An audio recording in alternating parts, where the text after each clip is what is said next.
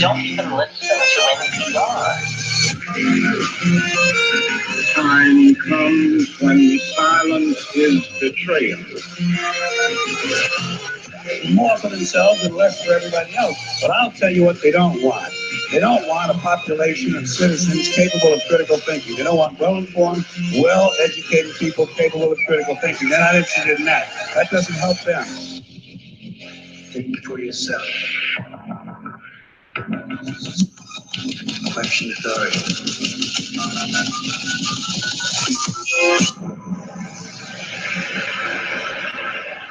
This code has been compromised.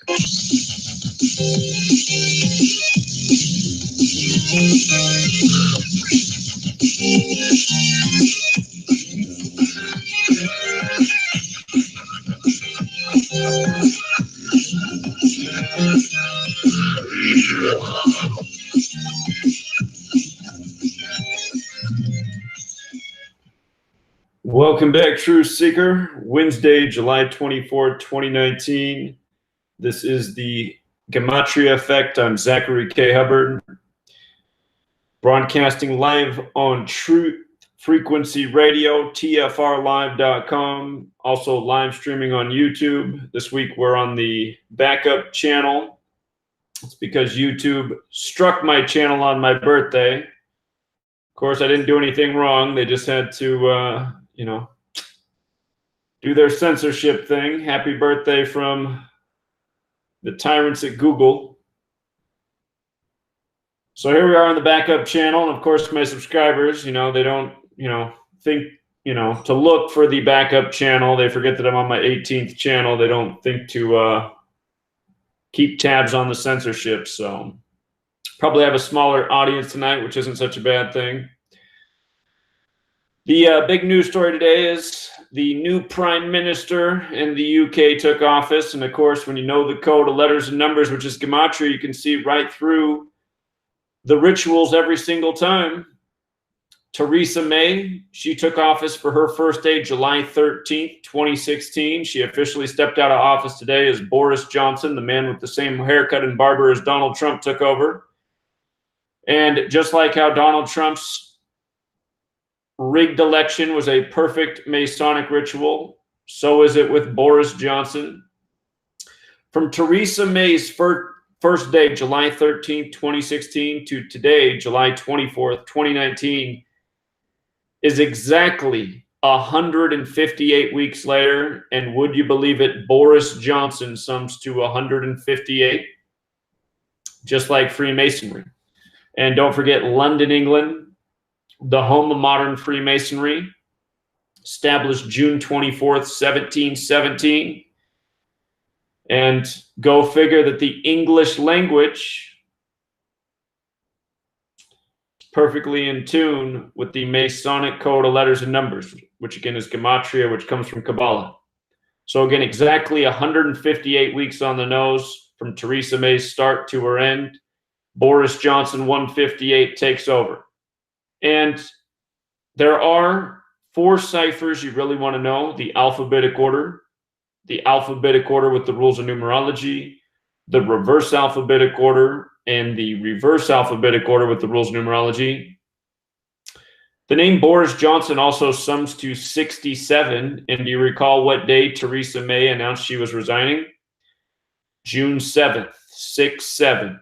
And then Boris Johnson, the guy who they thought, if you remember back in 2016 when Brexit started, that's who the hype was for Boris Johnson to become the next prime minister. But then it ended up being Theresa May, who obviously was the stopgap for this very planned and perfect ritual. And again, the world elite treat the people of the world like they're stupid.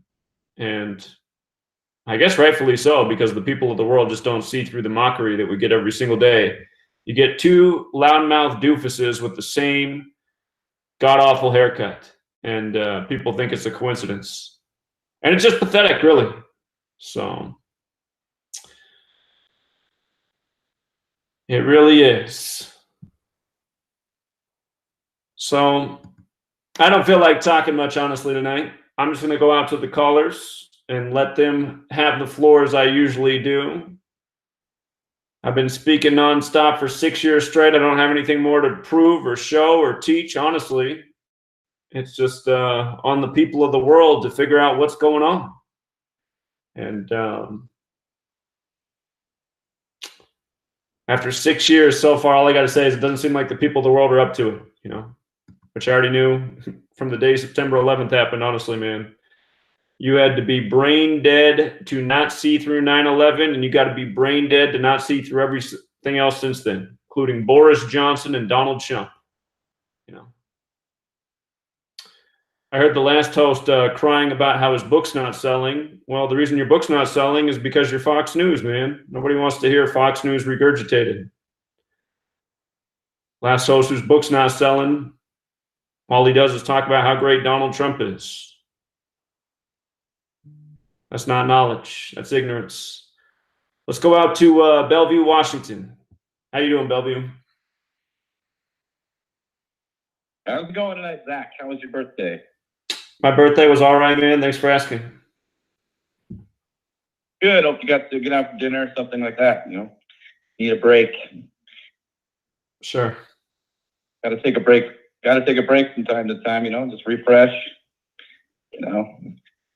I can feel your pain. You know, I'm subscribed to both your channels, and so I always know when you've been flagged or suspended. You know, so I think everybody else should subscribe to Gematria Effects Sports. That's the backup channel. Plus, you post your sports stuff on there. Of course, most of your sports is on the Patreon, so that's a good value for $9 a month, I think. But, you know, I'm just excited to be here. There was something I wanted to touch up on, and I just wanted to pull up my notes. It was from the Super Bowl 52 riddle with the Colin Kaepernick thing. We knew that Colin Kaepernick had started his protest in week 3 of the NFL preseason.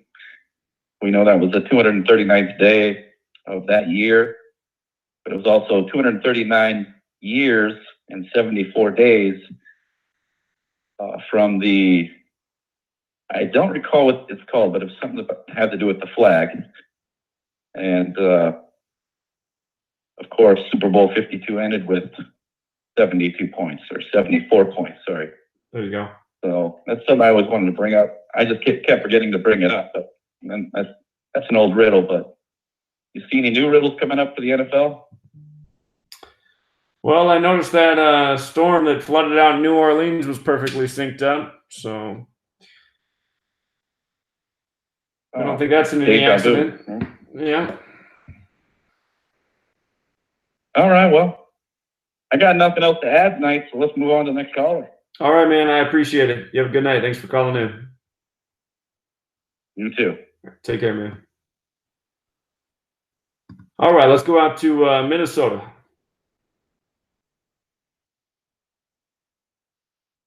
All right, brother. This is this week. I'm going about Sunday people. That's what the ancestors put. But it was a story here about 6 weeks ago. We had some heroin so strong that 2 cops went in because the call was people was OD. 3 or 4 people OD. The cops went in. It might be kind of loud. Where it's not as loud. But the cops went in the house. 2 cops touched these needles in the bags, and both of them fell out. Both of them had to get the medical shots. And that's how strong the heroin was. And then, of course, Ruger Howard died, 75 tonight. So we know that's a ritual death. And then to kind of, what is his name? KK? KK, who has the same birthday as Tupac. He has the same birthday as Tupac, and then he gets shamed on the 42 date, of course. The actor who you just brought up, the Blade Runner actor, he died July 19th, but it was the big news headline today, July 24th. And what's interesting about them waiting until the day to announce is that was 183 days from his birthday, and Blade Runner equals 183. I know there was recently a newer Blade Runner movie. I haven't seen it, but I just wonder if it has something to do with that. I'm gonna have to go back and revisit Blade Runner. There's something going on there with that, I imagine. But the day he died, Yes, because then the day he died, July 19th, Yep. that's a date with 65 numerology, and his name equals 65. Of course, it was also a date with 38 numerology, and as we know, death equals 38. But yeah, that rapper who you're talking about too, he has the same birthday as Tupac, and he was born on a date with 42 numerology. He was sentenced to 55 years in prison on a date with 55 numerology. And as we know, that's the number they stamp all over Black history. They love to use in their shaming rituals. So go figure. But sorry, go ahead. I interrupted you. No, the other shaming ritual was Adrian Peterson. You know, they saying that he made $100 million and he owes one company 5 point something and another one 1 point something. Then they showed that he had 6 children by 6 different baby mamas and the amount he had to pay a child support. I mean, it's just a ridiculous shaming. It is. It's showing, and this goes into my next, where they showed the football player coming out to Brink's truck, but he had the Adidas bag. Well, he had a Gucci bag too, but he had the Adidas bag. But it's also, you know, a lockup truck. You know, because some of them lockup trucks look like the old Brinks type trucks too. So I thought that was kind of ironic. And then the last thing is a couple of weeks ago, they're talking about putting cameras in the balls because I think people are getting tired of knowing that there's something in the balls. And so the CBR, the G League, the developmental league was supposed to test it out. And then my final thing is all the basketball players don't, Zion got what they said. He signed with Michael Jordan and he turned down some offers of $10 million, but he's supposed to have the biggest rookie contract. And he looked terrible. And I said that last week, he looked terrible. So they're hiding him. And everybody's dropping from the USA team, doesn't want to play that, 12 months of basketball, which to me is an easy job. But you know how it goes. So that's all I have, man. Just wanted to call and support. Appreciate it, friend. Great call. Great information. Thank you. All right. Talk to you next week. All right. Yeah, you have a good night. All right. Out to Philadelphia. Here's our resident movie expert. How are you this evening? Hey, Zach. How are you? Doing all right, man. Thanks for calling in. Happy belated birthday. Appreciate it, man. Okay, yeah, I'm going to talk something a little off topic tonight. Have you ever had any dreams where you've seen the future and then it happened? Yeah, like a deja vu type experience. I've had that happen a couple times in my life. Sure. Yeah, I've had that happen quite frequently. You know, I'll be in a certain place at a certain location, and I'll just be saying, "Wait a minute, I've seen this before." Yeah, absolutely. I think a lot of us have had that experience. Tell me more. Yeah, well, there's the first time that I remember having it when I was 6. I was in school, and I remember being in school, and I remember seeing my classmates in the exact same position that they were, and I remembered that it was a dream that I had either the night before or a couple nights earlier, and I was only 6, so I had no knowledge of phenomenon or anything like that, so it kind of freaked me out a little bit. Oh, sure. Yeah, very strange. And a few of my family members have had dreams of stuff that they've seen in dreams, and then about a day or two later it happened. So there's definitely something to it.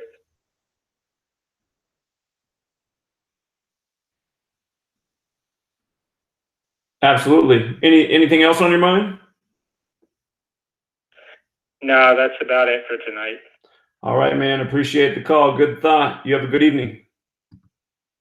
You too. All right. Take care, man.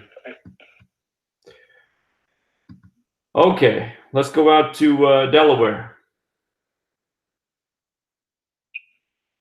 Hey, what's going on, Zach? Hey, what's up, man? Not too much. I just wanted to talk about the upcoming NFL season because I was looking at one of your blog posts and something kind of interesting what somebody's talking about. So the 1969 season, supposedly, if I'm not mistaken, was the 50th season for the NFL. And this upcoming Super Bowl 54 will be the 50th Super Bowl of the modern era. And the 1969 was the Super Bowl between the New York Jets and the Baltimore Colts. And I didn't really see anything like coding wise with the numbers 50 or 100. But the date numerology for the Super Bowl this year has an interesting number. Well, yeah, but we all know that February 2nd is the 33rd day of the year, and it also has a 44 date numerology. 2 plus 2 plus 20 plus 20 is 44, and it also has an 8 numerology. But when I was looking up some information about Johnny Unitas and Joe Namath, like some other 85 and 83 popped out. I know that 85 is National Football League, and I know that 83 is an important number because football is 83. Tom Brady born on August 3rd, and Peyton Manning was born on the 83rd day of the year. And I know Joe Flacco has the 83 in his number as well. But Johnny Unitas, he was born May 7th, 1933, and May 7th, 1933 has a the date numerology is 64, and we all know that the word kill equals 64, and he died on September 11th, 2002, which I didn't know, which I found pretty interesting. Kind of reminded me of the Patriots, September 11th. Johnny Unitas sums to 64, like the date numerology he was born on. Kill equals 64. The name Johnny equals 86. Blood sacrifice equals 86. His name John Constantine Unitas equals 85. And the name Constantine reminds me of back in the old times during history, like Constantine and Constantinople, like one of the oldest biblical Christian cities in the world. Constantine, the name reminds me of that. The name Constantine alone equals 44 and 64, like kill. And his nickname was they call him the Golden Arm. Golden Arm equals 59 and 58, like Freemasonry. Baltimore equals 58. And they also called him the Sportsman of the Year. Sportsman of the Year equals 85, just like National Football League equals 85. Joseph William Namath equals 83 as well, too. Joe Namath equals 33, like New York 33. They called him a natural athlete. Natural athlete equals 85, just like National Football League. Joe Namath, his nickname was Broadway Joe. And I didn't know that he was also an actor, which I find kind of ironic that he was also an actor. And Joe Namath is known for boldly guaranteeing the Jets' victory over Don Shula's NFL Baltimore Colts. Then making good on his prediction with a 16-7 upset. 167 is the 39th prime number. New York 39 floors in the 39 floors in the building in New York. And that number is an important number all over New York, NY 39, and so forth. So yeah, I think this could be like some type of riddle of some sort. I'm not sure, but I know you've been talking about the Colts. Okay, well, so listen, every week you call in. I love the support and the enthusiasm, but you spend all this time decoding all these things that don't really add up to anything. What are the thing about the Jets and the Colts this year in light of Super Bowl 54?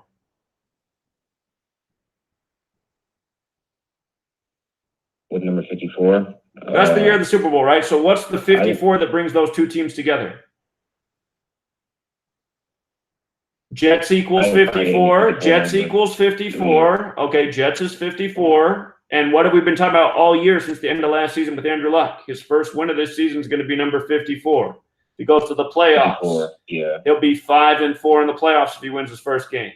Again, the Seahawks, or not the Seahawks, the Colts used to be the Miami Seahawks. This year, the Jets got Miami's coach. So, yeah, it's possible that they could meet each other in the playoffs again to pay tribute to that season. So you're right on about that. But what I always see that you do is you'll make a good connection, but then you'll decode all these things like natural athlete stuff. And most of it is going, who cares, man? Who cares? Natural athlete, who cares? Well, what's the connection here? So you spend all the time decoding all this stuff, but it's like you're missing the stuff that's just right there, right in front of your face that actually connects to what you're seeing. You see what I mean? Yeah. So that's what you got to work on, man. You don't got to just decode everything. Like natural athlete, where's that going to take you? Natural athlete's not going to connect to anything. Got to decode what matters, man. So I appreciate all the support and that you are enthusiastic about the work, but you got to work on connecting the dots that matter. So appreciate it, friend. Keep it up, man. And you have a good night. And I mean, the other thing is, I love that caller. I don't mean to be rude to him, man. He's a great guy, but you know, nobody wants these long, drawn-out, you know, decodes over the radio of a whole bunch of stuff that nobody cares about.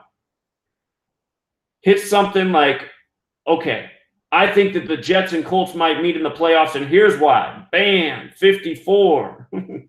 Not a million different things that don't connect to anything. So anyway, let's go out to New York City.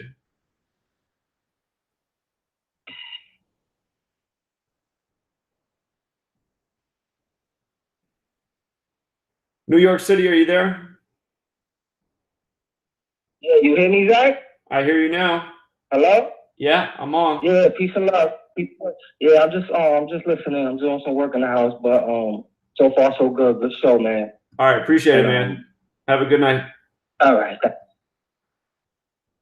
Let's see. Let's go out to New York. Brother Zach, how you make it out there, brother? I'm doing all right, man. What's up? All right, again, happy belated birthday. I wished you one already. But we got a little bit of a tag team. I don't know if Big D has much, but hey, did you hear the story about Trump at his North Carolina rally on 7/17/19? Well, I heard it was there were some curious things said, but I didn't pay much mind to it. What am I missing out on? All right, brother. Donald Trump paving the way for the Antichrist, says GD twice at a North Carolina, doubling down blasphemy. This is the first time in modern history the most powerful political figure in the world has stood up in a position and openly cursed Lord God Almighty. Trump introduced it like nothing before of a sitting president. Okay, now this is where it ties into the book of Revelations. I'm going to give you Revelations 13:5 and 13:6. And it was given unto him a mouth speaking great things and blasphemies, and the power given unto him continued 42 months. He opened his mouth and he blasphemed against God and blasphemed his name and the tabernacle and them that dwell in it. In this speech that he has, he's talking about this lady that takes this snake in, and the snake bites the lady. And it's kind of, I think, an analogy of America being the lady and Donald Trump being the snake that bit them. And for him to sit there and drop, you know, there's certain things that I really don't like to say, and it's goddamn. You know, I'd rather use a much more expletive, curse word than the GD. And I think it's just paving the way, for this Antichrist system that's been set up, or whatever you want to call it. It's very wicked, and everything that he says is scripted and is planned to say. It's not just off the cuff. What is your take on that, Brother Zach? Well, I think it's a great observation. It reminds me of the Trump-Pence ticket again, trumpets like the instruments from Revelation, and of course he's the 45th president, Holy Bible 45, Mike Pence 45. So it all fits in with what we've been talking about since 2016. So yeah, great observations. Yeah. You can find that in Rev Blogspot 18.4. You can probably even find it on YouTube. Where he says "goddamn" twice, and of course the crowd is just cheering them on. And I was talking to a guy down by the cigar lounge where I have a smoke. And I said to him, hey, you know what the President of the United States said? Hey, that's no big deal. I was like, look, you could consider yourself a Christian, and he's really just taking the Lord's name in vain. I'm like, it's never been done before, and it's wrong. And a lot of people say, that's just trivial, Johnny. But it's not, And everything that he says, like I said, Zach, is scripted. He was told to say it. He got the crowd whipped up, and Oh, hold on. Sit tight. We're going to commercial. Snuck up on me. We'll be right back, everybody.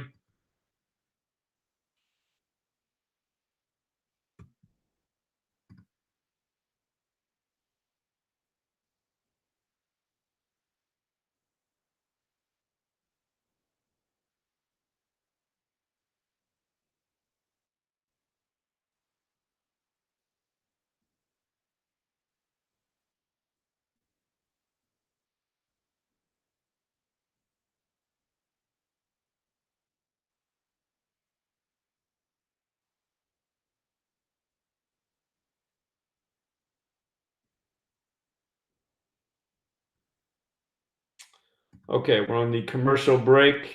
Be back in about 2.5 minutes. Over the break, I'll interact with the chat.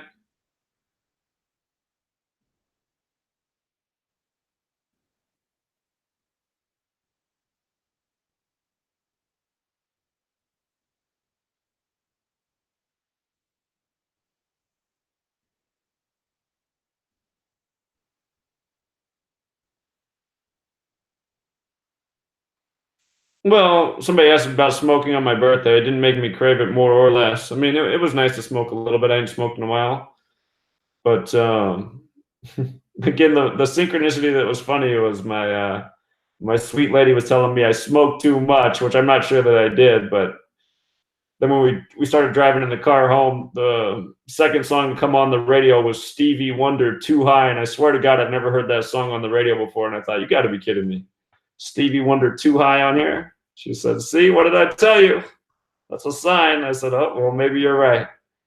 Maybe you're right. Someone says, are you still having daily headaches? Yeah, I'll probably always have daily headaches. I shouldn't say they're daily. I probably get 4 pretty bad headaches a week. They're like every other day.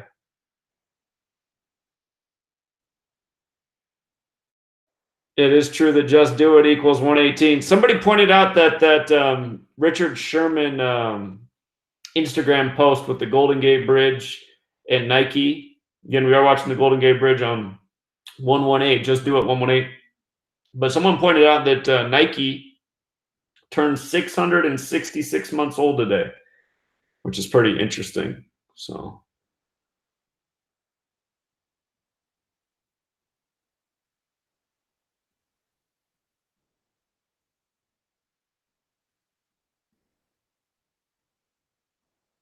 I don't know about the whole Turkish president thing. Right now, it's speculation and a rumor. They did this with Kanye West a few years ago. So when the headline comes out that he's dead, then I'll pay it some mind.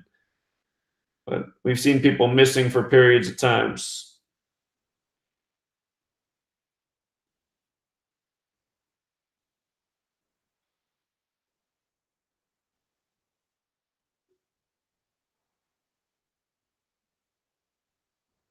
All right, we're coming back from the commercial break here.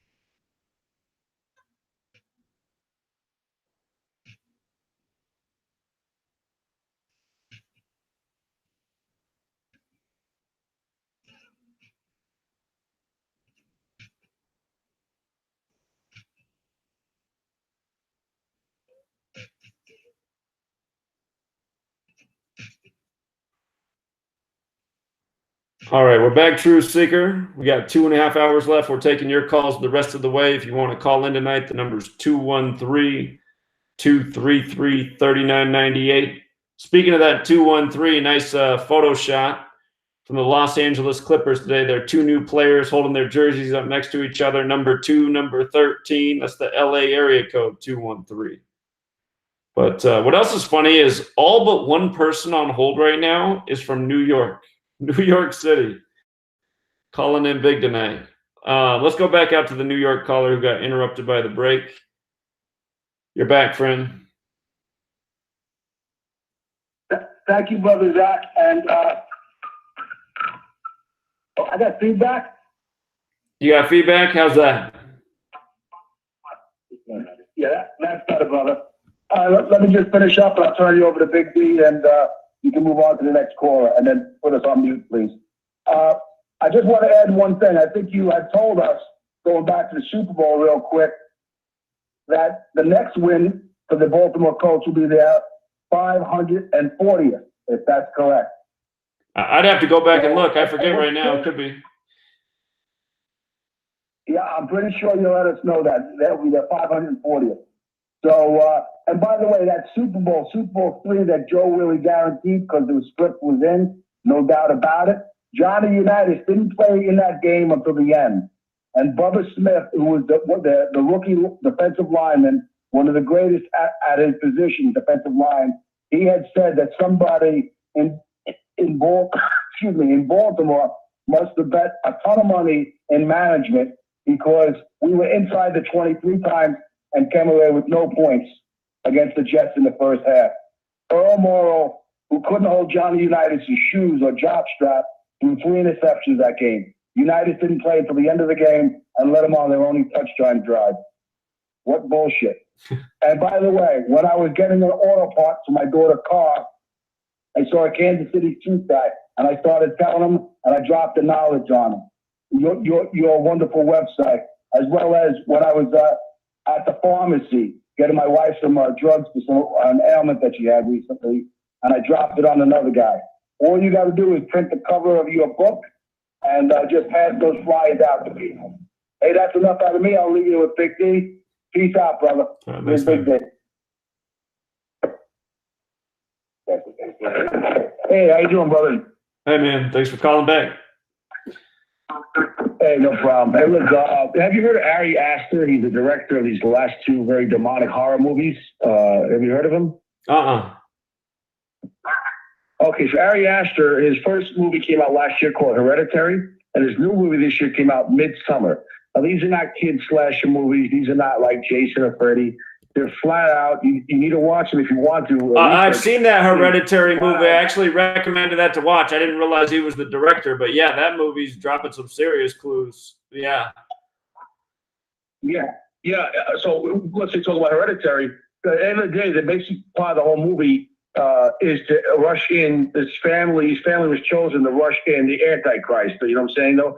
And they said it was the demon was Payman, who was one of the highest demons in hell. You know, basically one of the kings, 7 kings of hell. Well, my point is, if Hollywood, let's just say if Christ and not talking about church, let's say if Christ wasn't real, why would they constantly push? Because at the end of the movie, they say, we deny the Holy Trinity. You are Payman, we're the 7th king of hell, and you're here, basically to, rush in the Antichrist, basically that kind of thing. And if you look at the movie, at the end of the movie, they're in a manger. They're in the woods, but the last shot, it looks like the manger, like the nativity. The difference is there's animals, there's people in there, they're all beheaded. It is absolute, you can use the word sacrilege, but it's the opposite of the way Christ came into this world. So let's say if Christ never happened, right? And I get that if you don't want to believe, I'm not religious, but if he was so, let's say, make-believe, why would they push so heavy on the opposite side to sacrilege to go against it? And in that movie right there, and the name of that demon was Payman. But if you think of the word payment or it sounds exactly like payment. And in this world, if you don't have payment, you know what I'm saying, though, you cannot pass. Everything you have to pay. You have to pay mint, and other words like bail, like you get arrested, if you don't pay bail's above. If you don't pay it, you can't pass, So our whole world, in my opinion, is run by people, whether they believe whether it's true or not, but they believe in the system of Lucifer, and all his words are constantly in it. And then his next movie, Midsummer, which I watched, came out on 7/3, but really started on 7/2 at nighttime. And in the movie, the people believe you have to die at 72. And the whole movie was about sacrifice. They snuck these people, they lured these people into the woods under the guise of a vacation, but really it was all by human sacrifice. And by the end, you realize the gig is up. So they have to kill 9 people for sacrifice. They don't say to Lucifer, but they go into a gigantic building in the shape of a pyramid with the one eye in the pyramid, and then they sacrifice everyone and burn everyone alive, and etc. And it's very demonic. And in that movie, Midsummer. So they believe you die at 72, and they believe life is in 4 groups: 0 to 18, 18 to 36, 36 to 54, and then 54 to 72. Meaning just they move with the cycles. Like there's 4 seasons, spring, summer, fall, and winter, and then they say there's 4 seasons of life.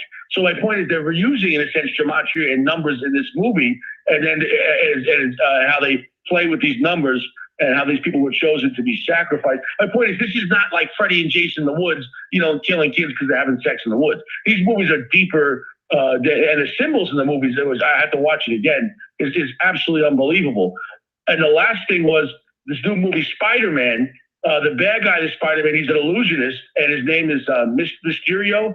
But the whole point is he's doing staged terrorist attacks, and he's the terrorist. But then he comes in, he's a hologram. It's make-believe. So he's flat out saying, I'm doing these fake events, but then he comes in to be the hero, and he saves the city from destruction, which he created destruction. So it's a false flag event. And the main thing is, at the end of the movie, they show him in his last costume, and it's a black silk shirt with nothing but 6-pointed stars on it. It might as well said Star of David. He had 1,000 6-pointed stars on his shirt. And so the guy is an illusionist. He does make-believe false flag attacks. He's running, he takes over the military-industrial complex in the movie, and he's wearing a 6-pointed star on his shirt. And I was sitting there watching with my daughter going, yeah, that went right over her head. I'm not going to start explaining that to an 8-year-old, how, who is running all these systems. But you don't think when they design a costume, they're like, oh, this guy that's running these fake false flag attacks and running the military-industrial complex and stealing all the money, let's put a Star of David on his T-shirt. Do you think that was wise, or do you think what do you think about that? Well, I think you're right on. Just to go back to that movie, Hereditary, I actually talked about it months ago when I saw it. It is about bringing about this demon payment through sacrifice of humans. And that movie released on June 8th, 6-8, and just using the alphabetic order, payment sums to 68.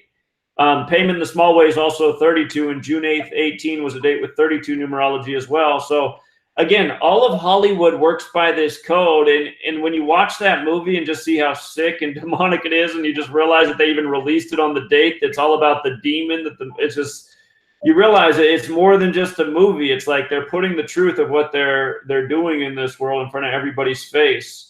And with regards to the Jewish thing and evil and the villain, what's the movie called? The Minions. One of those Minions series movies, I forget which one it is, but they show the 2 most evil people in the world, and it's a man and a woman, and they both make it clear that they're Jewish people. I'm just like, look at that. In the children's cartoon, the 2 most evil people in the world are 2 Jewish people. But yeah, they don't hide. They don't. Mysterio's costume, before they show the 6-pointed star, his costume has 2 triangles on his shoulders with eyes in them, and then he has triangles in his hands with eyes in the triangle. My point is, his weapons, and they're shooting out lasers, his weapons were the Illuminati symbol, the Jewish symbol, the Eye of Horus, but with a triangle with eyes in it on his costume. And then when he takes the costume off, he's wearing a 6-pointed star. Like, what else is he going to do? Play with dreidels? You know what I'm saying? No, hey, Spider-Man, watch out. You know what I mean? You know what I'm saying? Put the menorah out. You know what I'm saying? If they're not even hiding it, and it's like you say, I don't even know how much more I could even talk about the same topics. They're not even, if people are so dumb, they could just put things in movies. They're not even hiding it, like these Ari Aster and the horror movies. They're flat out putting their agenda. Whether you believe in Christ or not, the point is the dark side of the people flat out believe in Satan, and they're using all of his ploys to push their system. So my point is, I'm going to go, but they don't even try to hide their agenda. So it's very shocking for people to have eyes to see. And it's hard for me to watch a movie and just relax. I'm just like, okay, I see what you did there. All right. So That being said, I'll let you go. Hey, before you go, what do you make of the shaggy haircuts on Boris Johnson and Donald Trump? Well, I was just talking to Stash about that. I said that they both have blonde hair and they're both kind of pudgy, fat, white idiots. I wonder what the connection about that is. So, I mean, I saw that when I came out. You just said what it is, man. You just said what it is, because they represent, you know, so much of this world, man. Pudgy, fat idiots. That's exactly what it is, man. Yeah, exactly. Well, me and you both know the people that, let's say, the president, he's not really the one in charge. They let the idiots think. You know what I'm saying? No, you know, it's like when someone says, if I put a boxing glove on and I punch you in the mouth, you say, wow, that boxing glove hit me in the face.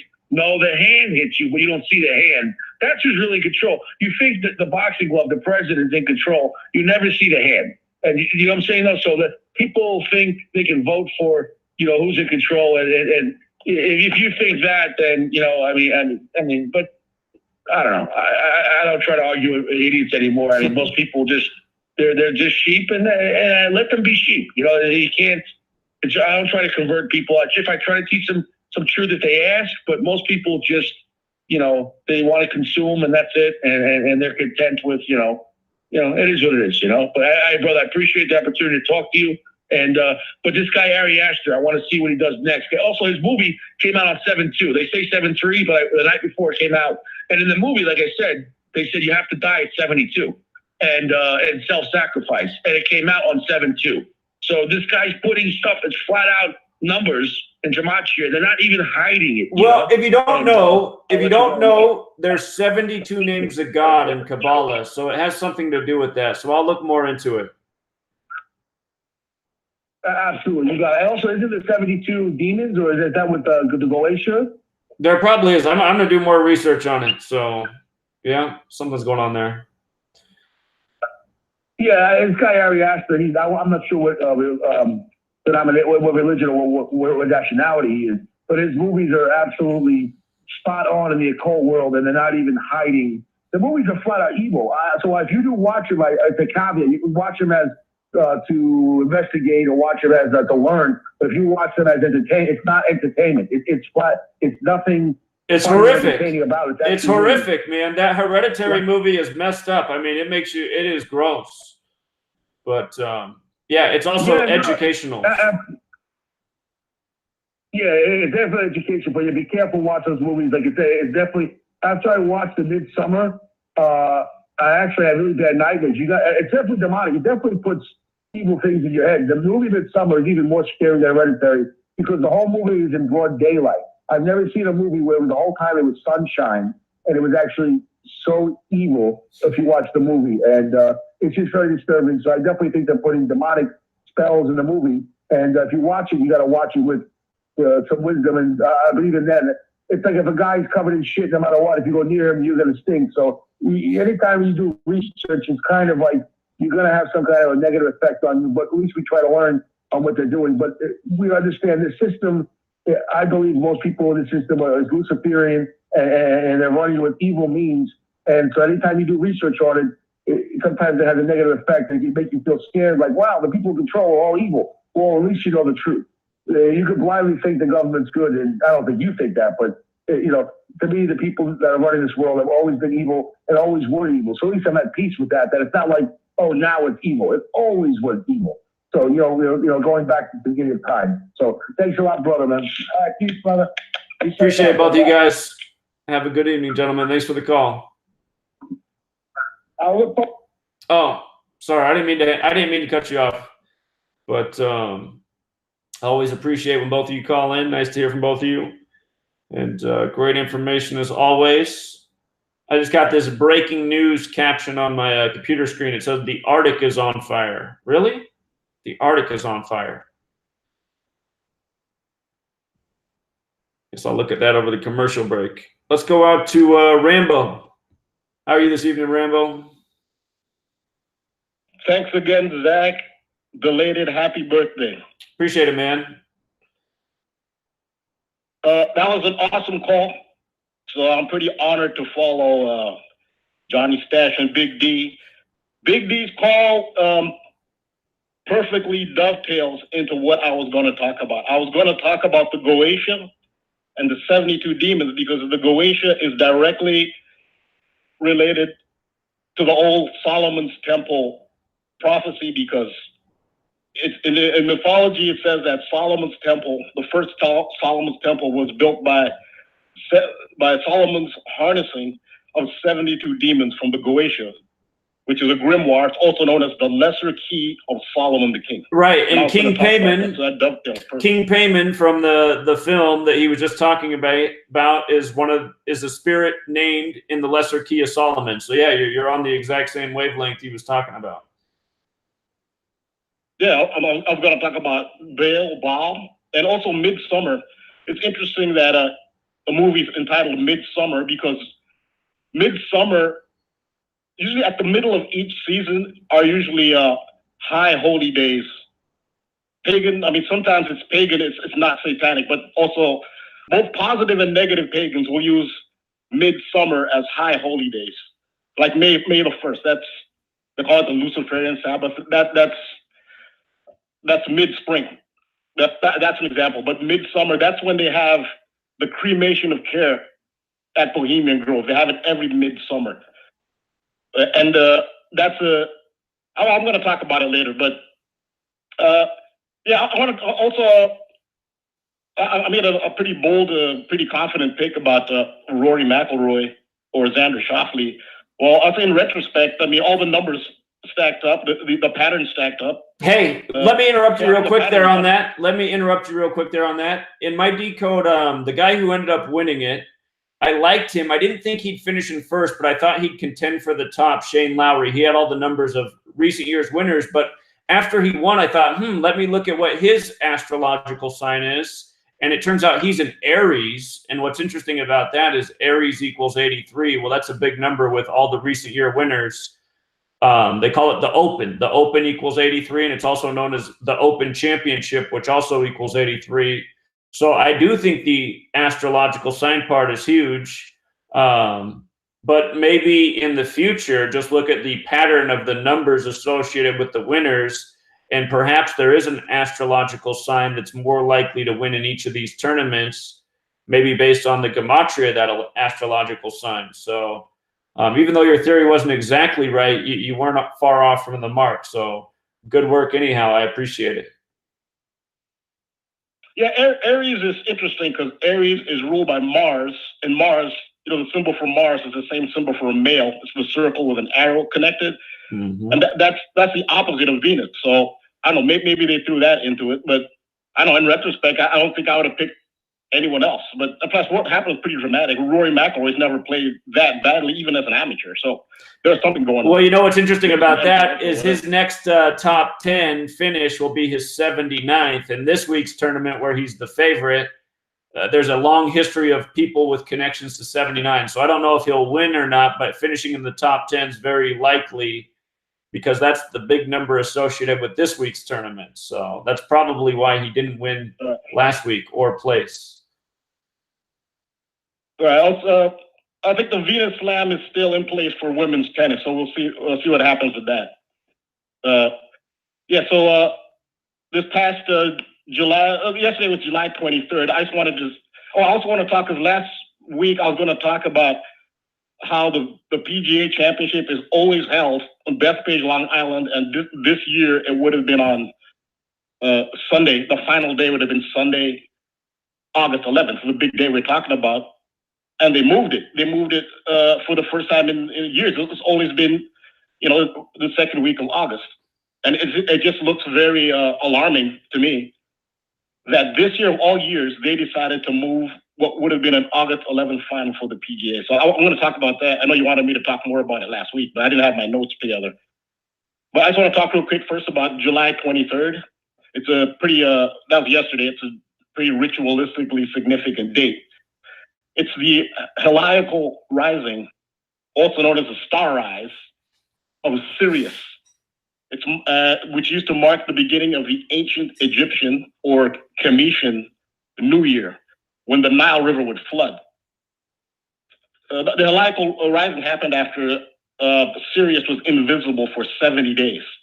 So ancient Cometians used a 10-month calendar called a Sophic calendar, Sophis was their word for Sirius.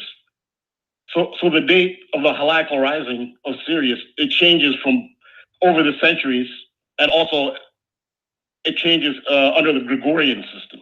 But the date used for those who want to honor the heliacal rising of Sirius and the ancient Egyptians commission New Year, and it's mostly Freemasons who do that. The date they use ritualistically is July 23rd.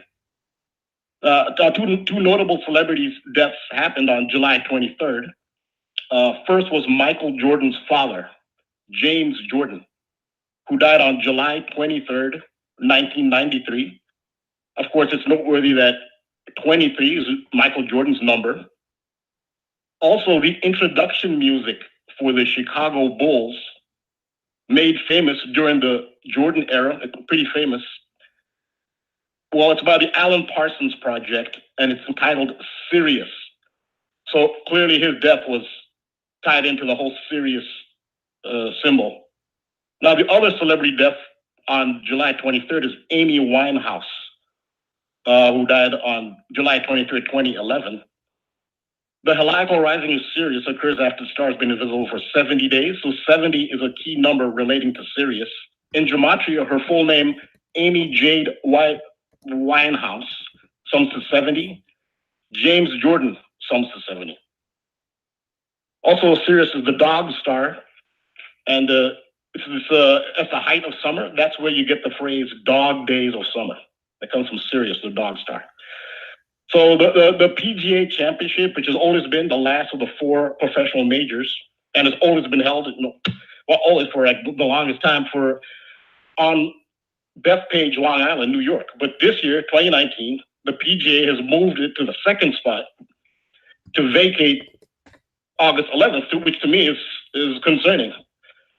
Now, if you look back in history, the New York Rangers NHL team always held their preseason medical at the Millennium Hilton. The Millennium Hilton is at the World Trade Center site. It's right next to the World Trade Center site. In 2001, after always having their preseason medical at the Millennium Hilton, the New York Rangers changed the location of their preseason medical away from the Millennium Hilton. And in retrospect, we can see why they did it, because we see what happened in 2001. So this situation looks, it could be similar. So I looked at Bethpage, Long Island. I see if there are any other sporting events that might be happening on the 8/11. Well, Bethpage, Long Island also is home for a baseball team, the Long Island Ducks of the Atlantic League, which is an independent league. It's not affiliated with Major League Baseball. So I wanted to see if the Long Island Ducks had a game scheduled for 8/11. No, they happen to be away. They're on the road on 8/11, away to the Lancaster Barnstormers. So, I mean, that might have nothing to do with it. Who knows? But, okay, getting to the Goetia. The Solomonic demons of the Ars Goetia, also known as the Lesser Key of Solomon the King. Those are 72 demons the Ars Goetia lists the names and ranks in order from 1 to 72. Each one has a name, a title, and a rank. And they're said to have built Solomon's temple, and the sigil, which is the magic sign that Solomon used to invoke the demons, was what's known as the Star of David. Now, when it comes to symbols, there's no such thing as an evil symbol or a good symbol. The Star of David also it's just a powerful symbol. So if you're evil or you're good, the symbol will work for you. It's not solely an evil symbol. It also can be positive, but that's the symbol that Solomon used to evoke the demons. And so Solomon's kind of known as, the most famous sorcerer in history. I'll talk about Illuminati whistleblower Jay Parker. He was a member of the DuPont family, and he actually named the specific demon that the DuPont family worshipped, or at least honored or revered. And he said it was called Andros. And I looked up Andros. Andros is actually from the Goetia. Andros is actually the 63rd ranked demon of the Goetia, that, according to Jay Parker, the DuPont, a multi-generational Illuminati family, they worship. And Jay Parker's name actually lines up with Andros in 3 out of 4 ciphers in Gematria. I don't know if Jay Parker knows that. But that That is very important because some people may think these are just symbolic. Well, according to Jay Parker's testimony, they do literally worship and invoke these demons. So Andras is ranked 63rd, and he has the title of Marquis. He's the Marquis of Hell. And it's interesting that DuPont in Gematria sums to 72. This big number we were talking about. I don't think that's a coincidence. And the highest ranked demon, the number one demon with the title of king, is, just as Big D was talking about, is Baal or Baal. Now, who is number two? The number two ranked, this is what I'm talking about today, the number two ranked demon of the Goetia, second only to Baal himself, has the title of Duke, and that is the demon Agreas or Agares, which are anagrams of each other. That is the number two ranked demon of the Goetia. And importantly... Oh, sit tight, Rambo. The commercial snuck up on us. We'll be right back, everybody.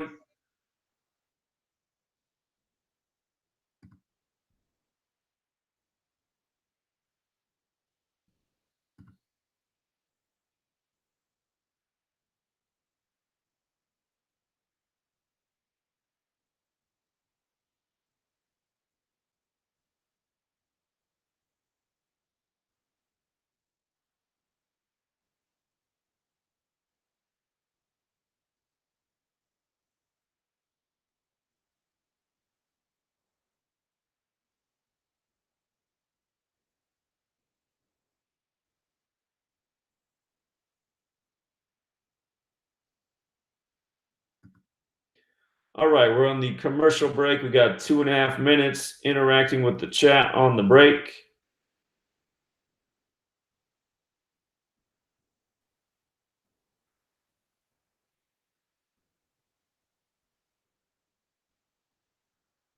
Just real quick, while I'm looking for something interesting in the comments section, Rambo just brought up the death of Michael Jordan's father on the date July 23rd. His full name was James Raymond Jordan Sr., just using the alphabetic order. That name sums to 237, like 23/7 the day he died. And Amy Winehouse, she died on her 313th day of her age. That's the 65th prime number. Music is 65. Of course, she was a famous musician. Something else that's standing out to me today, looking at all of the numbers encoded in her name, her full name, Amy Jade Winehouse, equals 83, like murder, like how the song Murder by Numbers came out. But something that's jumping out at me today is that Amy Winehouse alone sums to 158, like Freemasonry, but also like Boris Johnson. And think about how on 23/7, the same day she died, Boris Johnson was announced as the winner. And as we just talked about at the beginning of the show, from Theresa May's first day to the day Boris Johnson took over was exactly 158 weeks later. So, again, Freemasonry 158, working by the code, large and in charge, from government to media to entertainment. So, yeah, every year on July 23rd, the headlines are busy, that's for sure. Let's see. Yeah, I'm going to have to look more into this fire in the Arctic. That sounds very interesting. Not a good sign for the world. Probably not a good sign for what's ahead for this summer.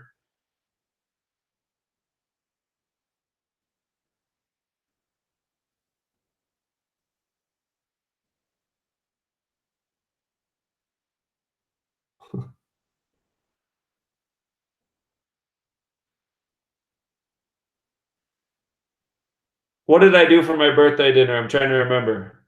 I think we stayed home and ate.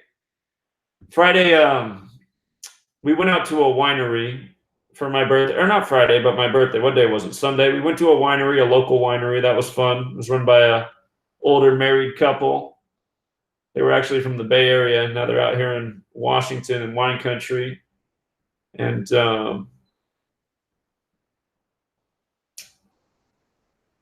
yeah, I don't think we ate out though. I'm pretty sure we ate in. My sweet lady, she likes to cook, and she cooks well, so she cooks better than most of the restaurants around here. But yeah,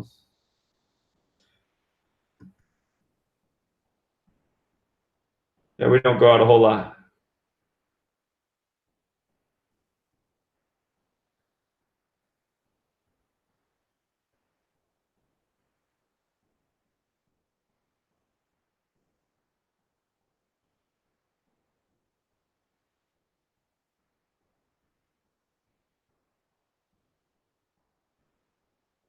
Hold on. Okay, we're coming back from the commercial. That doesn't help them.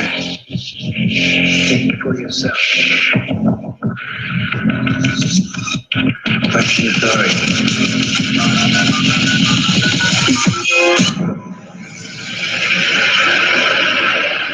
This code has been compromised.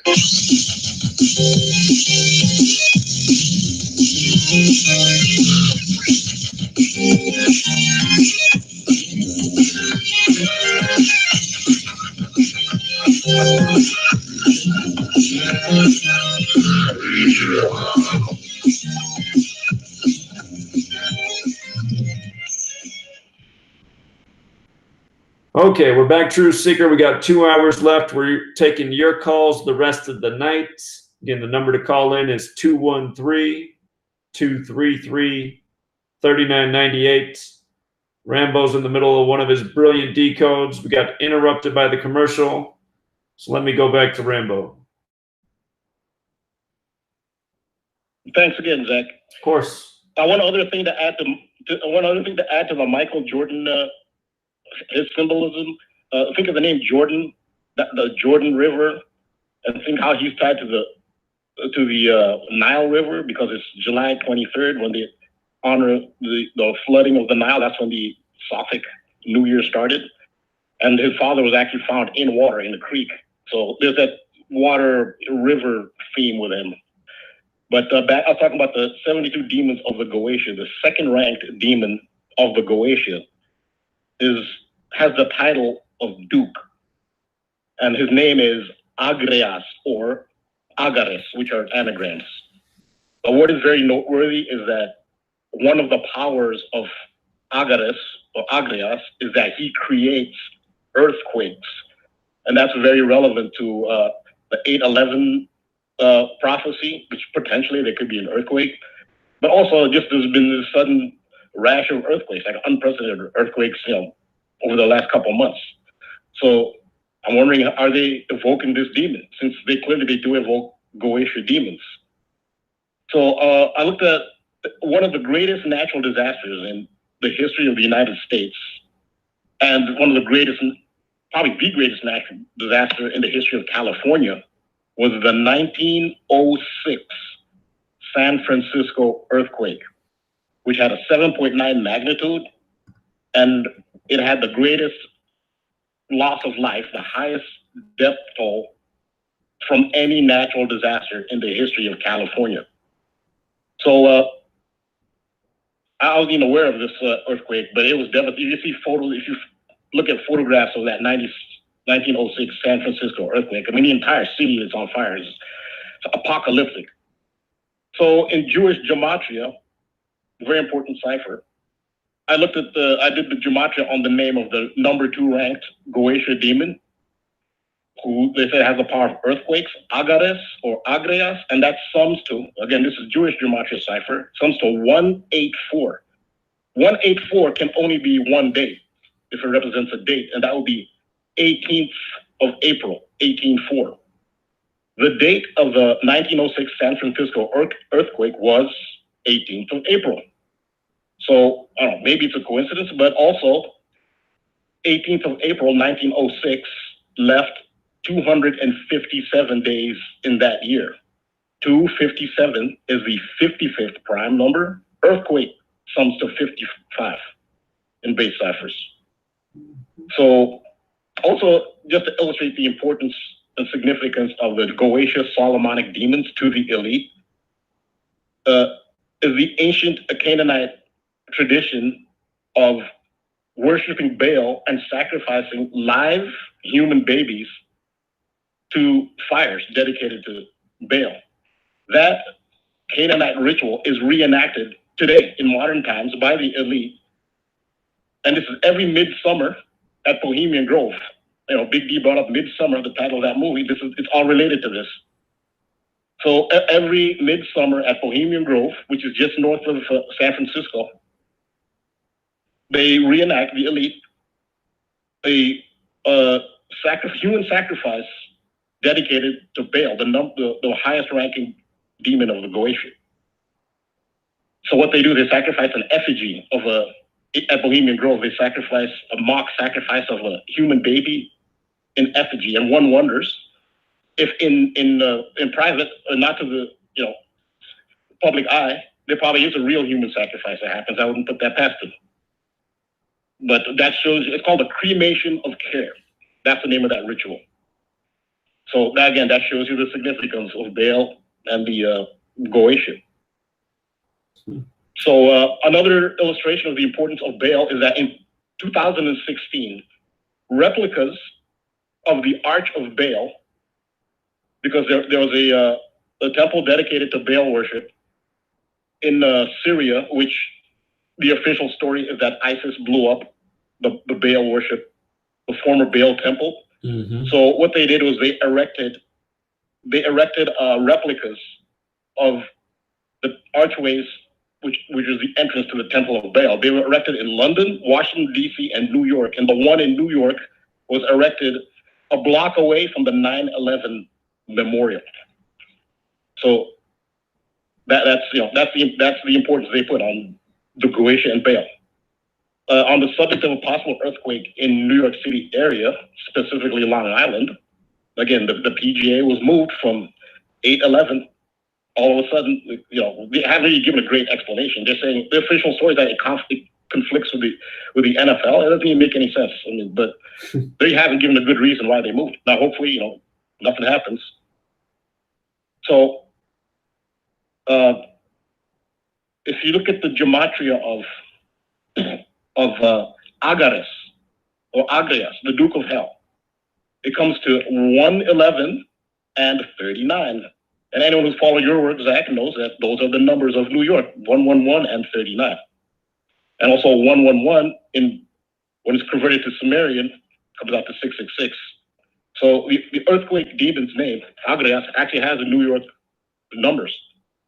I looked at the history of earthquakes in New York City, and a Wikipedia entry which titled Earthquake Activity in the New York City Area. In the second paragraph, it reads, the largest known earthquake in this area, that's the New York City metro area, occurred in 1884 and had a magnitude of approximately 5. Again, that's curious because in 2011, there's one of 5.8, but I guess, I don't know, Wikipedia is funny that way. For this earthquake, this is according to Wikipedia, for this earthquake, observations of fallen bricks and cracked plaster were reported from eastern Pennsylvania to central Connecticut. And the maximum intensity reported was at 2 sites in western Long Island, Jamaica, New York, and Amityville, New York. Now, the location Amityville is noteworthy because Amityville is a neighborhood located in the city of Babylon, and Babylon is very important to the imagery and ritualistic significance of the building of the Third Temple. And so Babylon, that's a major city on Long Island. In Gematria, Babylon sums to 811. And the name Babylon, where does it come from? It comes from the Akkadian word Bab Elo. Bab means gate, Elo means God, like Elohim is God's plural. So Bab Elo, that's where you got Babylon. It means gate of God. The gateway of God is the Golden Gate. And so interestingly, if you take the major thoroughfare on Long Island is the LIE, the Long Island Expressway. The exit for Babylon is exit 51. And I always made note of that. And they don't do anything by coincidence or accident. They picked 51 for a reason. I was wondering, one of these days, I'm going to figure out why they picked 51. Well, Gateway of God, which is what Babylon actually means, sums to 51 in Gematria. Also, Agrias, the name of the Goetia demon responsible for earthquakes, sums to 51 as well. And also there's a Gematria super match. I mean, perfect match in all 4 ciphers between Long Island and earthquakes. That's on all 4 ciphers correspond to super match. A celebrity used in a lot of these high rituals, especially regarding earthquakes, I think is Zion Williamson. I think they might be using him, especially in regard to earthquakes. Also, you consider his name Zion, and that's a red flag right there. But also, when he played his Also, when he played his first NBA appearance in a summer game in Las Vegas against the New York Knicks, there was an earthquake. And I think it's significant that it was against the New York Knicks. And I think he played 9 minutes. I think it scored 11 points. The earthquake occurred a day before Zion Williamson's birthday. It was July 5th. Zion Williamson's birthday is July 6th. Now think of what his fame so far. Where does it come from? It came from his performances at Duke University. Duke is the title for Agrias.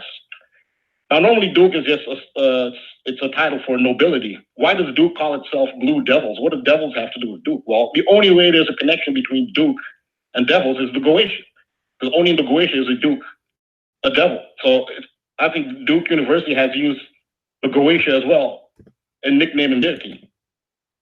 So, I mean, that brings Zion Williamson, that ties him in there as well. So, Agrias is 111-39. New York is 111-39. Blue Devils is 111-39. And don't forget where they play. Durham, North Carolina is 111 too. So. Okay, that's another one. Yeah. Also, his full name, Zion Lakeith Williamson, sums to 111. And again, it's significant that when the earthquake happened in Vegas, he was playing against the New York Knicks. We're wondering how are they going to go about destroying if they actually go through with it on 8/11, what are they going to do to the Al-Aqsa Mosque? So I was wondering if maybe there could be an earthquake in Jerusalem. Maybe they'll use that as an excuse to destroy the mosque and say that the earthquake caused it. So I looked up the history of seismic activity in Jerusalem, and I came up with this article from the Jerusalem Post. And the title is "When a Major Earthquake Rippled Through Jerusalem." This article was released July 11th, 7/11, in 2018. And the reason they released the 7/11 2018 is because it says, like, it's 92 years ago. On July 11th, the last major earthquake struck the Holy Land. That's what it says. So that is July 11th.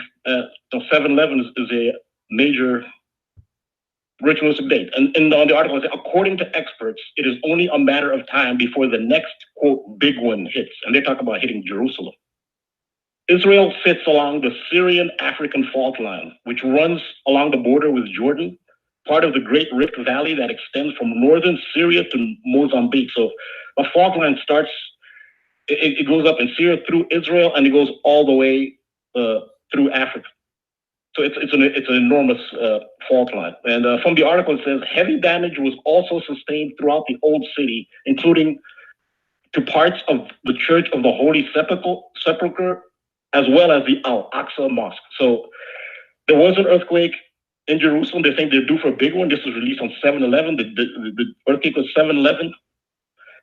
So that could be a possible excuse they give for the mosque being destroyed. Now, 92 years ago, in Gematria, Baal, B-A-A-L, sums to 92, just like Chronos, spelled with a K, sums to 92. Also, 117 being significant to the earthquake. The Vegas earthquake happened on July 5th. If you spell out July 5th, it's 117.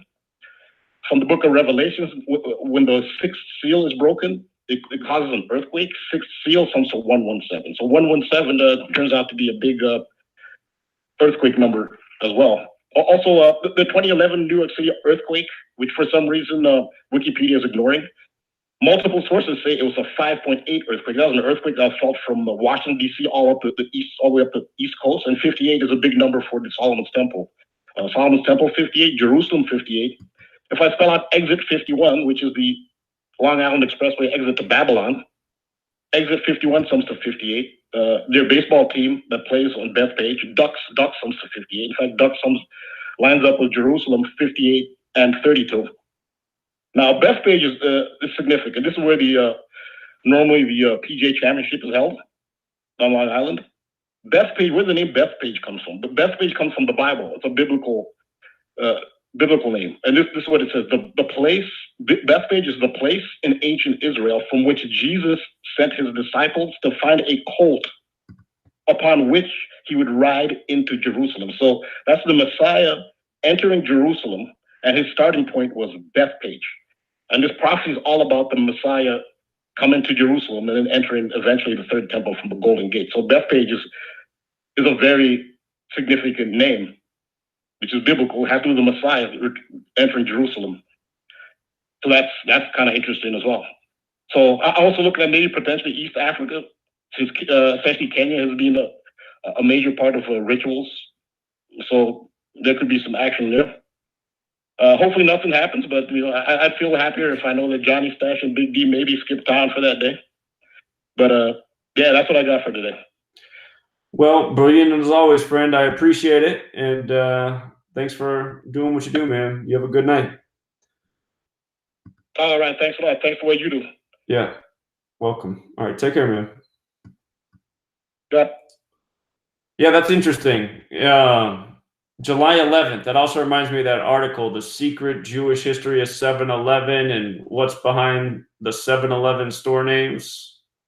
It was Rambo who dug up that article too. So, I'll remind people, April 15th, 2019, that was the day that Notre Dame caught fire. And then the headline that most people missed was the Al-Aqsa Mosque also caught fire that day. 2 fires at 2 major religious structures. Al-Aqsa Mosque, if you're not aware, is in Jerusalem near Temple Mount. It's considered to be the 3rd most sacred Islamic holy site. And it's one of the buildings we've been looking at since we started this speculation about August 11th, last September 2018. Remember, from April 15th, the day that both of those sites burned, to August 11th is exactly 118 days later, 118. And that was the number that got us looking at August 11th. And when I said, oh, look at that, next year, August 11th falls on Tisha B'Av, which is to remember the destruction of 2 religious sites, just like how you had 2 religious sites burn 118 days before that date. And the main location we've been looking at is Jerusalem. So Al-Aqsa Mosque, will there be something that happens on August 11th? Again, that's, where some of the hardcore Zionists want to destroy the Islamic structures that are there to bring about the Jewish 3rd temple. And Tisha B'Av to remember the destruction of the 2 Jewish temples, and it's connected to the prophecy of the coming 3rd temple. And again, that's how we ended up looking at San Francisco too, which is another city we're keeping an eye on, because that's all part of the Jewish prophecy, that the Jewish Messiah will arrive through the Golden Gate, which isn't the Golden Gate Bridge, but it's the Golden Gate in Jerusalem.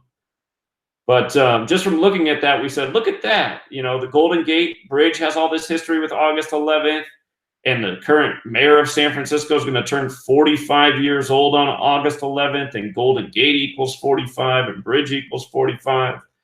And we've just been slowly compiling all this data. And we said, how could they do this? Could they do it with a natural disaster that's not really a natural disaster? And then the next thing you know, we find out that the San Francisco Giants are paying tribute to the 1989 World Series earthquake team on August 11th this year. So ever since we began looking at this date last September, there's just been so many things that have happened that have made us say, okay, what are they really doing with that date? And don't forget, with regards to 2 religious sites, on the Ides of March, which was another date I said to circle months in advance, we saw the shooting of 2 Islamic buildings in Christchurch, and both of them were in the address area that ends 8011. Not too far off from August 11th, 811. And don't forget, Donald Trump was at the site of the Western Wall where they want to build the 3rd temple on May 22nd, 2017, 811 days before 8/11, August 11th. And of course, Donald Trump right now, his head's on the side of a shekel that has the 3rd temple on the other side, and that shekel's being sold in Israel to raise funds to build the 3rd temple. So August 11th's obviously already proven itself to be a crucial date, even though it hasn't come this year, because so many things have been synced up with it. The burning of those 2 sites 118 days before August 11th wasn't an accident. The 2 shootings at the mosques in Christchurch with the 8011 wasn't an accident. Like I said in September, they're coding those numbers. It's going to be a special year on the Islamic calendar. Don't forget that August 11th, it's not only Tisha B'Av this year, but it also is the Muslim Day of Sacrifice, and it's during the middle of the Hajj, which is the Muslim pilgrimage. If you haven't seen the videos I put out September 2018, you should go back and revisit that material. There's reasons we've been talking about those dates. And the trolls every day are saying, oh, just watch, nothing's going to happen on August 11th. That's not even the point. The point is we identified that date, and the biggest news stories of this year have all been synced up with those numbers and already lined up with that date. The mosque shootings were perfectly synced up with August 11th as well. You know, it's possible that they just chose that date as a measurement date for all the other rituals. And to go back to September 11th, 2001, don't forget that Tisha B'Av in Jewish Gematria equals 911, 911. You know, the two towers, not too far from the two temples, were destroyed. They didn't come falling down on Tisha B'Av. They came falling down 44 days after Tisha B'Av, but it was synced with Tisha B'Av. So that's the thing. If August 11th comes and we don't see, you know, the big devastating headline, you know, 2019 still has plenty of months after that. And just watch. All the rituals that will unfold this year will all be synced up with that date. But I won't be surprised at all if something does happen that weekend, because almost every single year on Tisha B'Av, you get stories of tragedy. Just like last year, I said, remember the date of Tisha B'Av. Watch what happens. On the first day of Tisha B'Av, a shooting and hostage situation in LA. And then on the second day of Tisha B'Av, a mass shooting in Toronto, which ended up being synced up with this year's NBA Finals. Just like how the NBA Finals were synced up with Tisha B'Av this year. Again, see all the work on my main channel if you're not up to speed on all this. But when you know the code, it's not hard to see what they're doing. Last year, the shooting in Toronto was in Greektown. Greektown equals 118 on Tisha B'Av. And what was the score of game one of the NBA Finals? Go back and look at the score and measure from that date to August 11th and tell me what you see. All right, let's go out to Pinehurst, Texas. Thanks for calling in.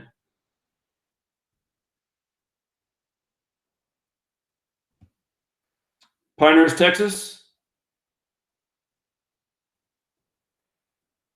Maybe you're just listening tonight. I'll come back and check on you later. Let's go out to Java, New York. Hello? Yeah, you're wrong. Hey, man. Happy belated B-Day. Thank you. Just wanted to, yeah, no problem. Just wanted to reach out and ask you a few questions about this occurrence that happened 8/18/18 with a man named Desmond Green.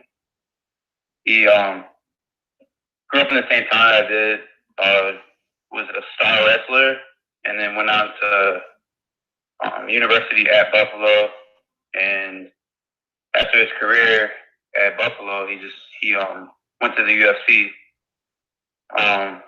But on 8/18/18, he allegedly caused a huge pileup in Florida. Killed two old ladies.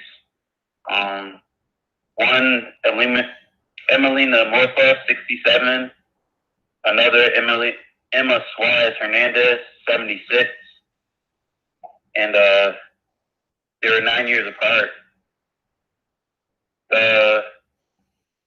He's getting charged with manslaughter, 49. And this happened on a day with 9 numerology. Right. So that's the thing right away. 8/18/2018 was a date with 44 and 64 numerology. And every single month that date numerology rolls around, there's all these stories of death and killing. And we've been documenting this pattern since even before 8/18/18. And what's funny is right when you called in, you'd been on the line for 64 minutes when you brought that up. When you said 8/18/18, I was like, look at that, man. Even the synchronicity, he's been on the phone for 64 minutes. But yeah, that's the first thing that jumps out to me is the date numerology. Right. It's crazy.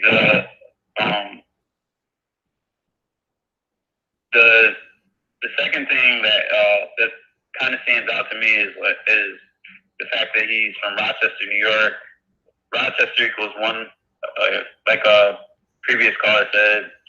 The 111 is pretty important because obviously we know it's 666, but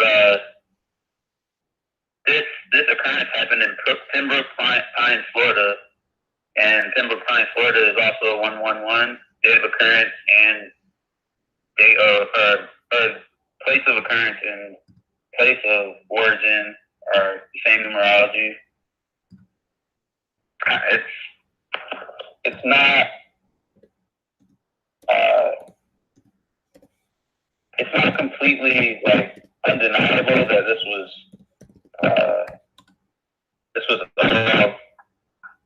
staged, but it's very synchronistic in the way it's set up to me.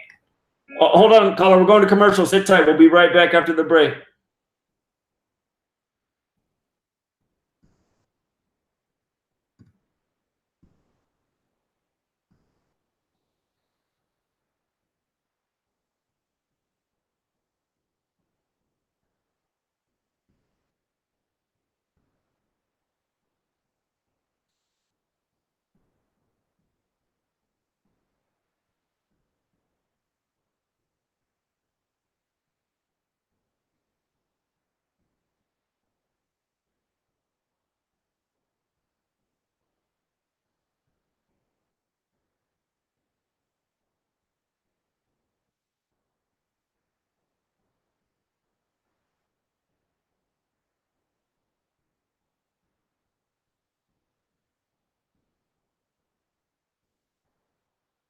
Okay, we're on the commercial break. I see that somebody's in the same area as me because they said, "Did you enjoy the lightning show we had last night?" And it was quite a show. I mean, I can't remember the last time lightning lasted that long. I think the lightning must have lasted at least 4 hours. But yeah, it was something else.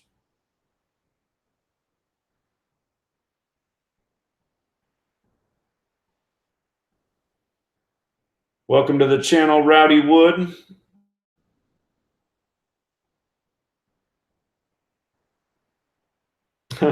Keenan's listening on YouTube and TFR. Way to boost the ratings, Keenan. Thank you. Appreciate the belated birthday comments.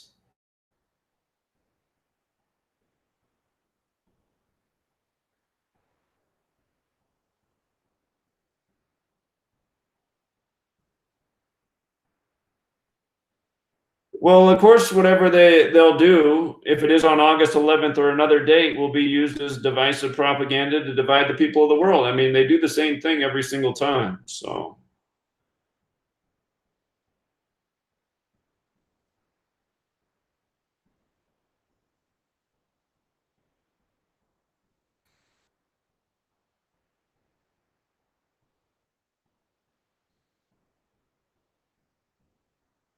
I never see any new movies. No, I hardly ever go to the theater. So I haven't seen the new Spider-Man movie.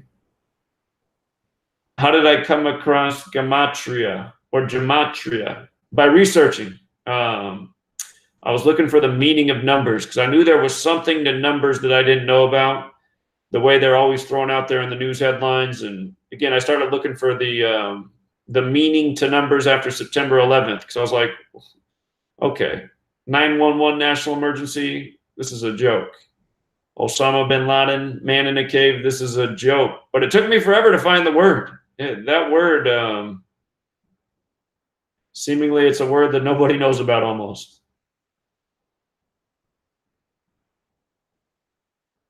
Is the Earth smart? Well, it seems pretty intelligent to me. So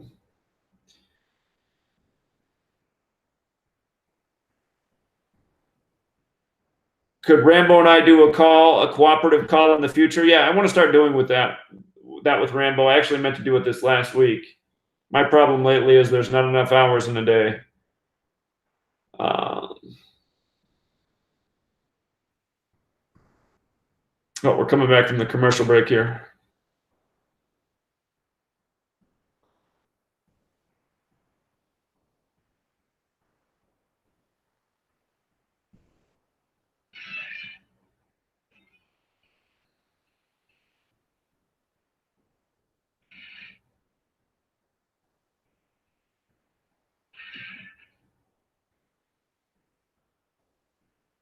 All right, we're back, Truth Seeker, with the midway point. We got an hour and a half left. If you do want to call in tonight, the line isn't too long, so you won't have to wait too long. It's 213-233-3998. If you're on YouTube, the number is in the title of the video, 213-233-3998. We're going to go back out to New York. Some people in the chat are complaining about the call quality of New York's phone, but it is a little jumbled, but I can still hear it, so I imagine you can too. Let's go back out to New York and let him finish his thought.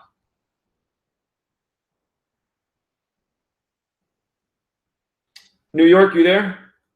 Oh, hold on. Looks like I didn't unmute him. Let's try that again. New York, you there? Yeah, so the same guy. You're on. Yeah, he was in 31 fights, and the date numerology this happened. That's something like the 31.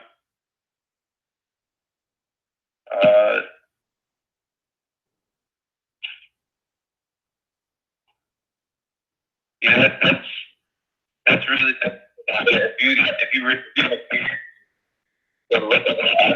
Caller, for whatever reason, your phone signal got even worse over the break, unfortunately. But again, we're talking about this bizarre car accident on August 18th, 2018, a date with deadly date numerology. Where was that accident again? Where did it happen at?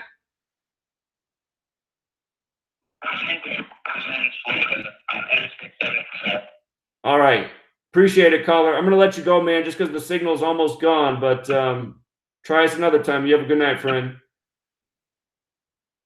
I could before we went to break, his call was jumbled, but I could hear it just fine. But after the break, that was tough. All right, let's go out to California.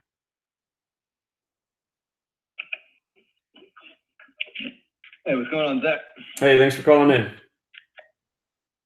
Hey, no problem. Thanks for taking my call. Happy birthday, by the way. Thank you. So, yeah, I just wanted to do a quick call about the TV show Succession. The second season is going to be on August 11th. That's why it's of interest to you guys.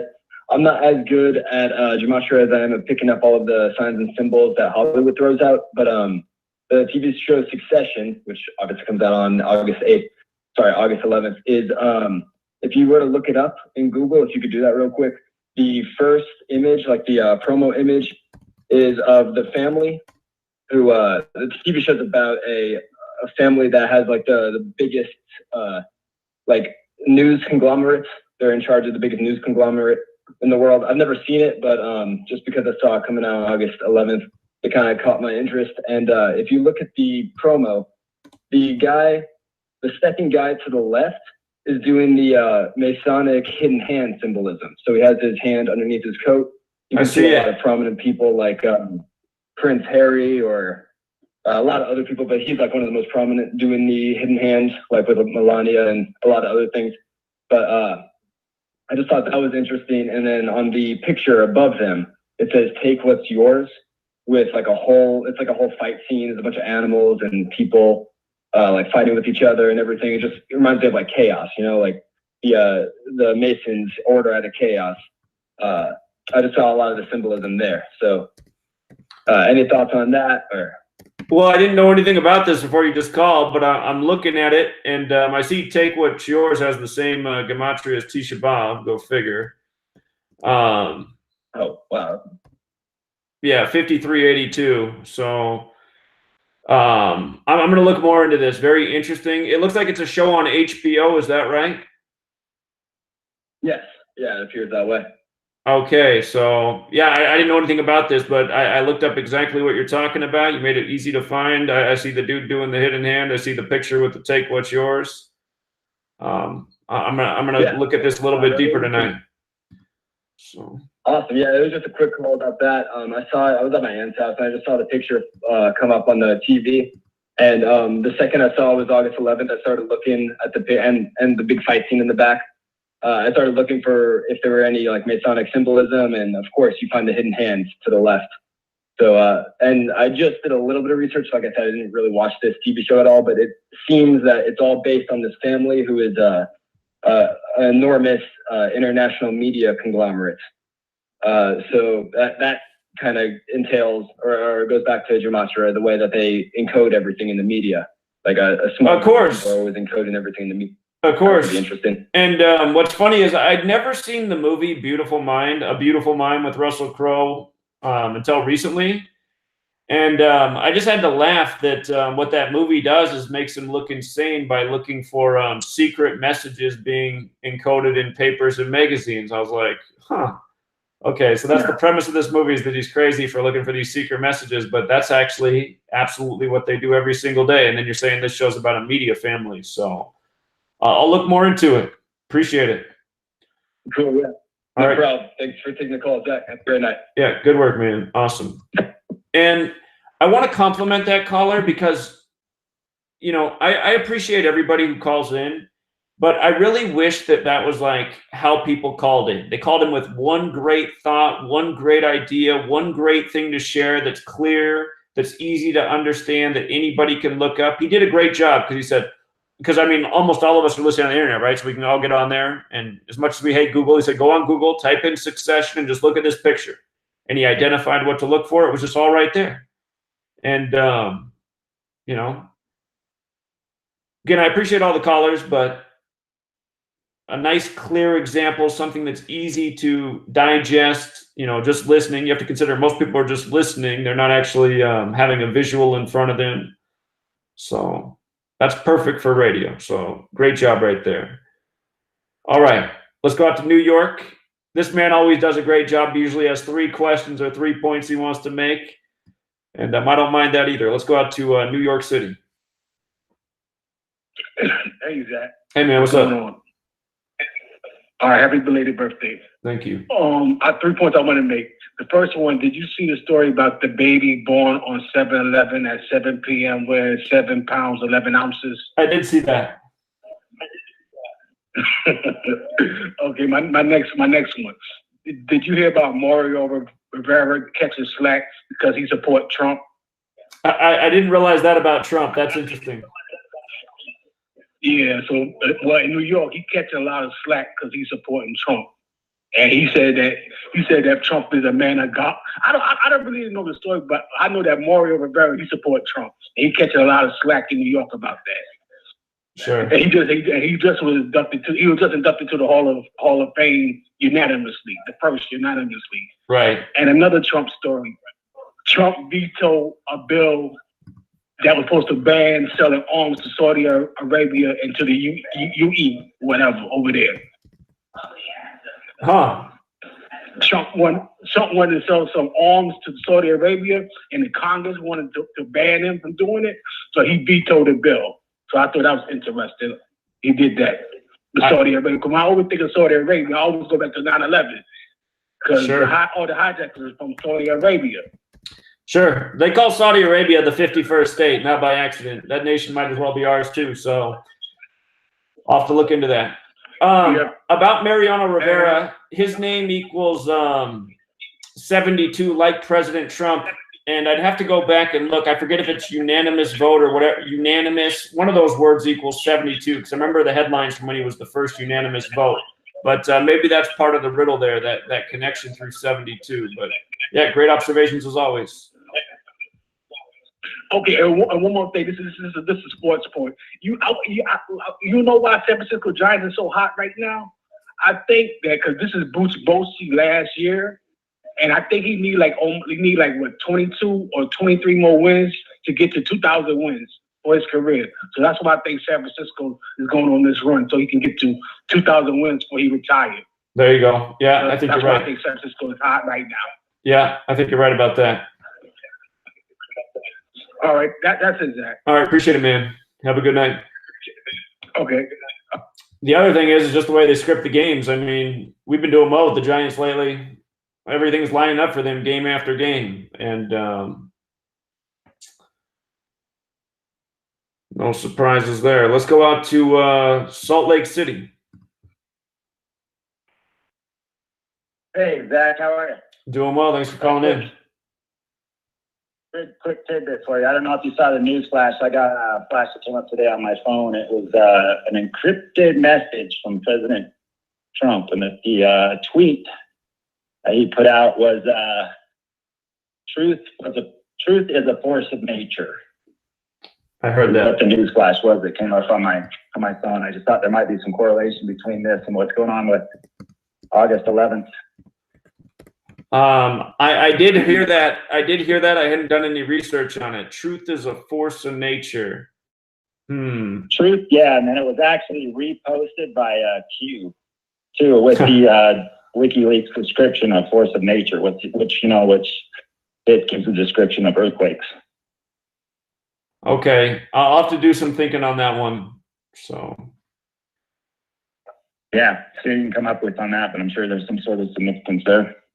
Okay, yeah, appreciate that. I'll look into it. Okay, thanks. All right, yeah, you have a good night. You too. Off the top of my head, I just don't know, but we saw how the whole Mueller thing couldn't have been any more theater by the numbers. Some more political theater by the numbers. Let me go out to Erie, Pennsylvania. Caller? Hey, what's up? Hey, thanks for calling. Am I on? Yeah, you're on.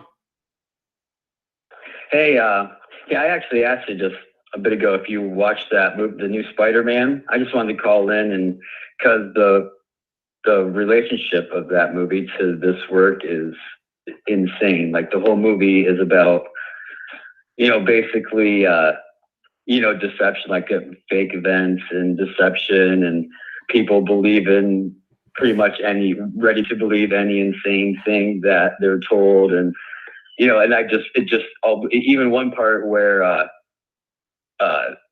he was supposed to give a person a reply, and the script writer didn't come up with something fast enough. So it was all through it. But at the end of the movie, of course, there's a big fake event on London Bridge, and of course the tie into, with London Bridge and San Francisco, and it's just insane. Well, anyway, when I got home that night, I put in Far From Home, got 811.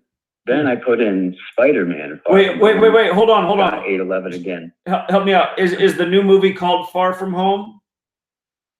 Yeah, well, the movie's called Spider-Man: Far From Home. Got it. Okay. But if you put Far From Home in, you get either 811 or 1118. And I don't know, I don't have it in front of me right now, but you get the number with either Far From Home or Spider-Man: Far From Home. Far From Home 118. It's also 53, like Tisha B'Av, which is interesting. Right, and that whole movie, when you watch it, you'll understand. It's crazy. And the bad guys that are, they're fake, are elementals. So that kind of ties into earthquake, possibly fake earthquake even. So who knows? Very interesting. Okay, I got some movies to catch up on. Yeah, sometimes I want to go to the theater just to see this propaganda they're putting out, but I really don't want to support them. So. Right. Yeah. Yep. All right, I do appreciate it, man. But that's it. Thank you so much. Good observations. Yep. Have a good night. All right. Yeah. You take care. All right. Later. All right. Let's go out to Oklahoma. Oklahoma. How are you? Hello? Yeah, you're on. Oh, hey. My name is Pyotr Kosnichev, and okay. I want. Okay. Let me get my notes here. Okay.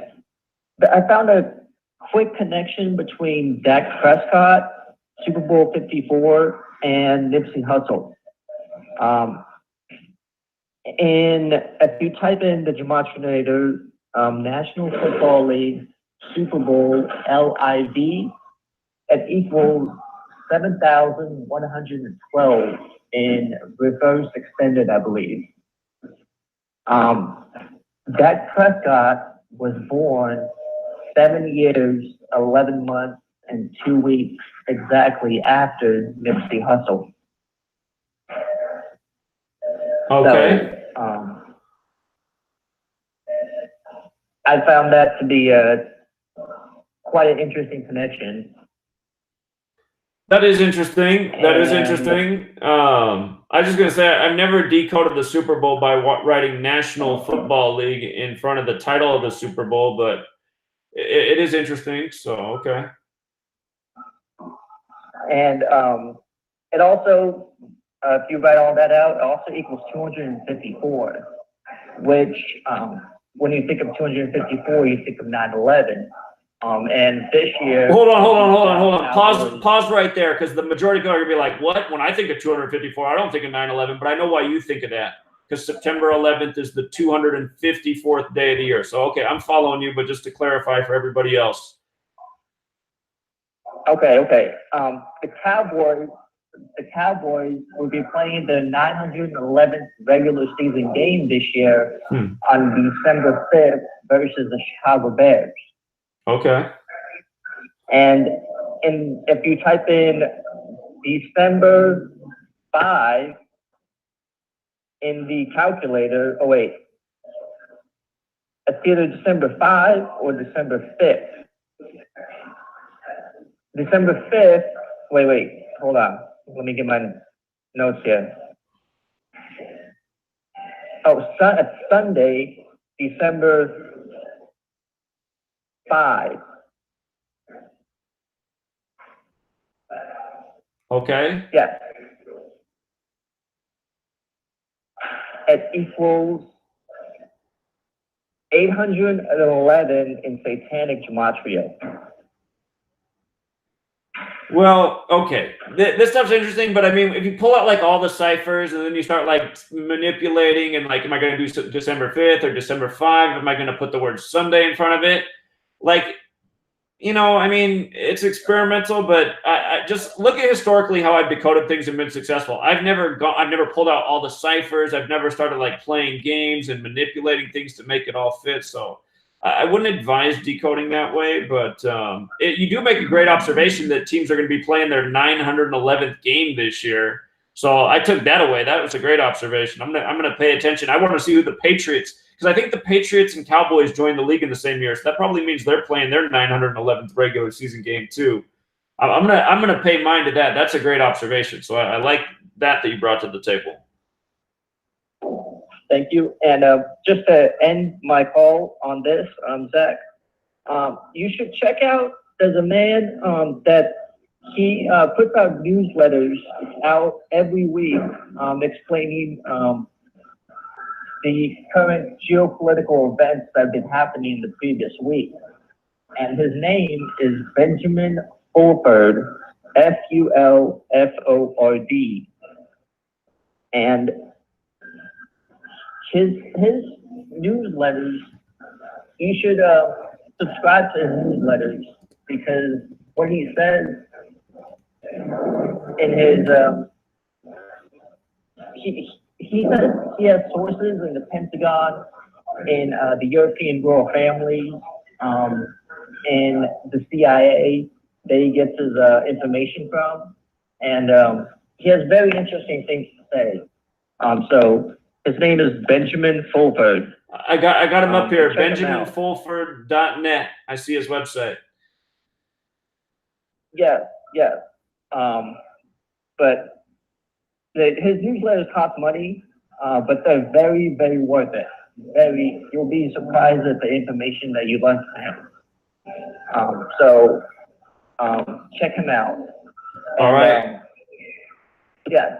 All right. Appreciate it, man. I'm gonna end my call. Yes, thank you. All right. Yeah. You have a good night. Take care. So I don't know anything about Benjamin Fulford, but I will look into it. It's a new name to me. I do see he has a website. Let's go out to New York. Oh, hey, brother, it's Big D. I was just calling in to listen. I just left Johnny Dash's house. Okay, so you just want me to put you on mute, or you got anything else to say? Well, you know what's funny, because what Rambo was talking about was 111 and that one, and 111 in New York. If you look at the map, 111 is actually a main highway, a main road that connects North and South Long Island, Route 111. And on the northern part of Route 111, it goes to Smithtown. And right near that Route 11, where 111 is a gigantic statue of the bull or Baal. And the statue of bull is very biblical, where they would put children in sacrifice to Molech, and it was they said it was a cow or a bull, and they put the children in there and listen to the screams, and they played drums to let the parents put the parents at ease, so they wouldn't hear their children screaming as they sacrificed their children to Baal. And every time the Jews strayed from the original God, let's say, and they started worshiping the false gods, they'd always stray back to Baal or Molech. So my point is, Route 111, New York, the main number is 39 and 111. You have Route 111, and right there you have a huge statue of the bull. And ironically, right across the street from it is a very dirty strip club, which maybe that goes hand in hand. Also, what he's talking about with 51, the exit 51 for Babylon. If you look at 51, if you reverse 51, it looks like 15. 15 though looks like IS, like the letters I and S. IS, you have ISIS, and the town right next to Babylon on the South Shore of Long Island is Islip, ISLIF, IP. So my point is, I think Long Island, you have another road called Jerusalem Avenue. There's a lot of biblical terms used on Long Island on the maps, and I don't think it's by accident at all. If you look at the history of Long Island, all the weird things they do out here, from all the MK Ultra and all the what's the word? Not the laboratories, but they're all the places they pull the crazy people at Kings Park, or they did a lot of experiments on mind control out here. Also, you have Plum Island and at Brookhaven Lab. At Brookhaven Lab, you have where they're creating black holes with CERN. And so CERN is in Switzerland and in Long Island. And so my point is they're creating black holes. So it's possible, maybe you're talking about the earthquakes or some massive event. It could be, happening here on Long Island. And the other guy was talking about 44 days, or you were talking about 44 days. 44 days from 8/11 would be September 24th, I think. So maybe put that on the map too. Maybe if something happens major on September 24th, maybe because that's 44 days after 8/11. So like I said, if nothing happens on 8/11, doesn't mean that they still aren't putting all these numbers. And like when they had the double murder in Queens, New York, it was in the apartment building 811, which was a coded story, which I think we brought that up to you a while ago. It was about Bushwick Bill. It was the Bushwick axe murders, and then it was perfectly synced up with the death of the rapper Bushwick Bill. Correct. And the building, though, was didn't say, but in the background, I remember that cigar lounge, and they showed the background because the music wasn't on, but the apartment said 811. And ironically, my girlfriend is moving to New York here in 2 weeks. Her apartment number is 811 in Colorado.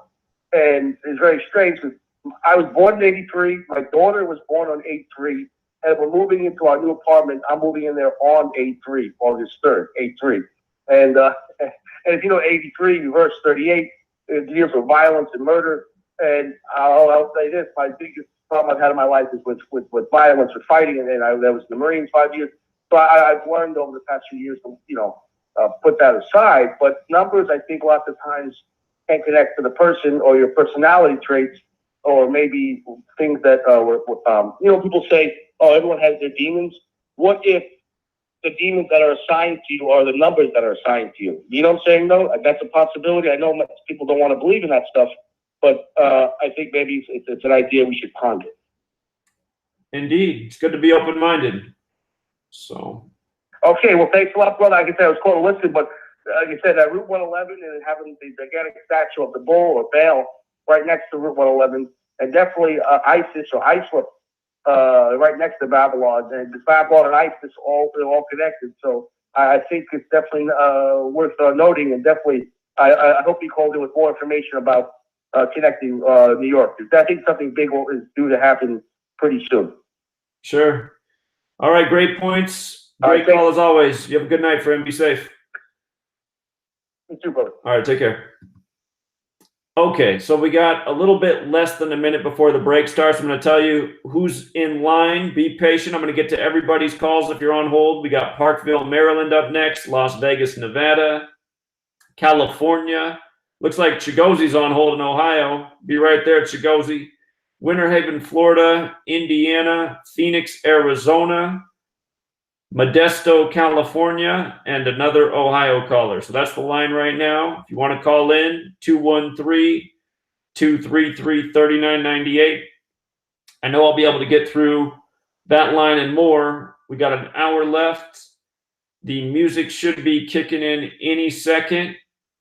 And sit tight. They're just short commercial breaks.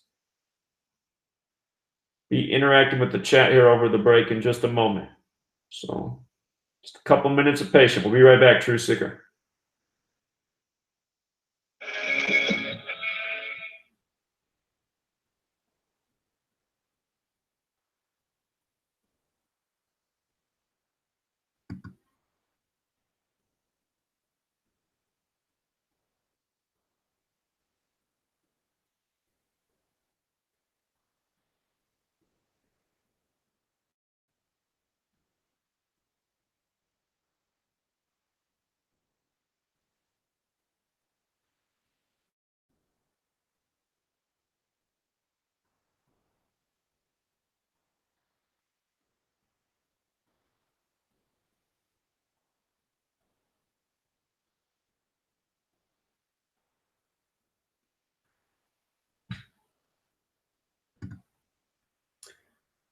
All right, so we got a couple minutes interacting with the chat over the break. Someone said, what happened to the Orville Dam story? Well, I mean, it's still a story. It's still something that's there.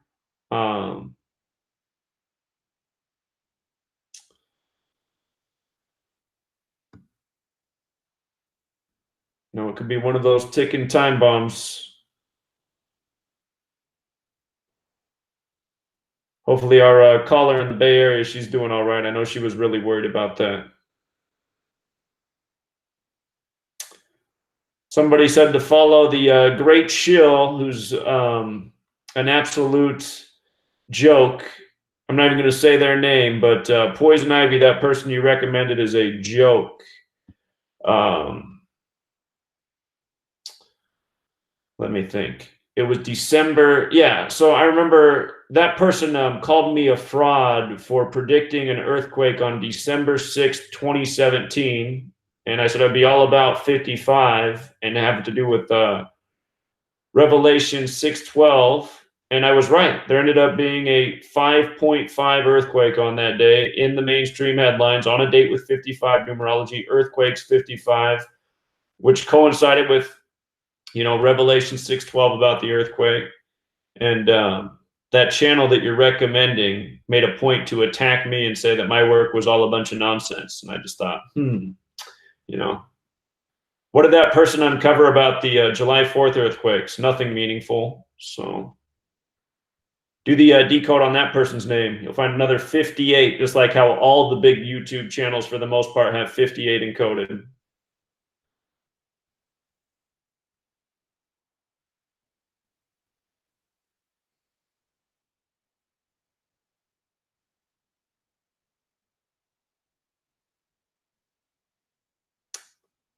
OB was talking Gematria. I didn't see that. I don't watch his channel at all.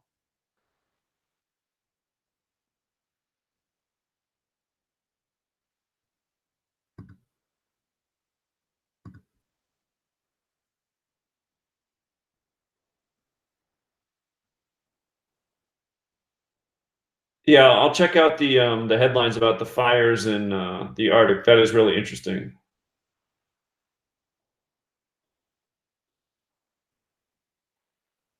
Okay, we're coming back from the commercial break here. Is the Truth Frequency Radio Network.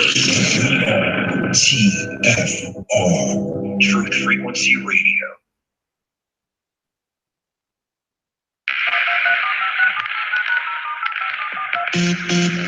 Condition orange.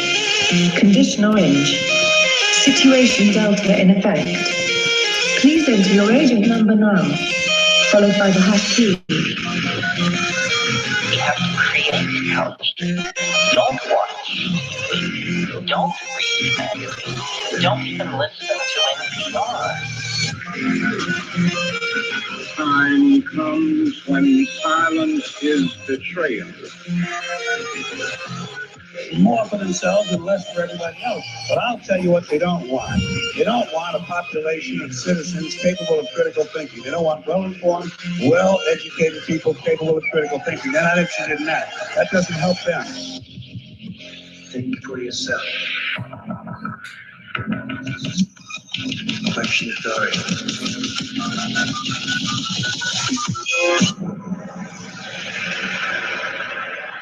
This code has been compromised.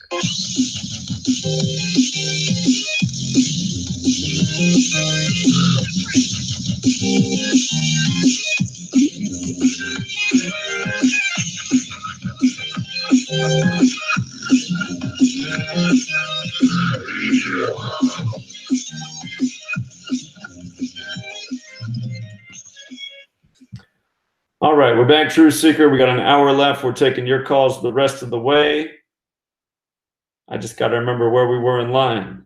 I think Maryland was up next and then Vegas.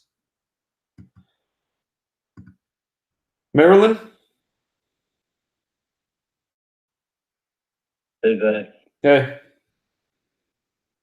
Oh, so I heard you talking about like you don't use all the ciphers and stuff, and well, like I was wondering if like I could show you like how all the ciphers do, you know, like mean, like how important they are to this work, and like what I figured out, and I was wondering if like I could talk to you in private about it one day, because it's like I figured out something huge, at least in my opinion, and it's like I don't want to share with too many people. I know that might seem selfish, but I just want to like just run it by you. You know what I'm saying? One day, like if that's okay. Sure. Well, that's what I have that number for anybody who wants to reach me to call me about something. Do you know the number? It's 509-731-0567. So. Okay. Yeah. So Okay, well, that's all I wanted, Zach. I appreciate it, and I'll give you a call or text you. Okay, sounds good. You have a good night.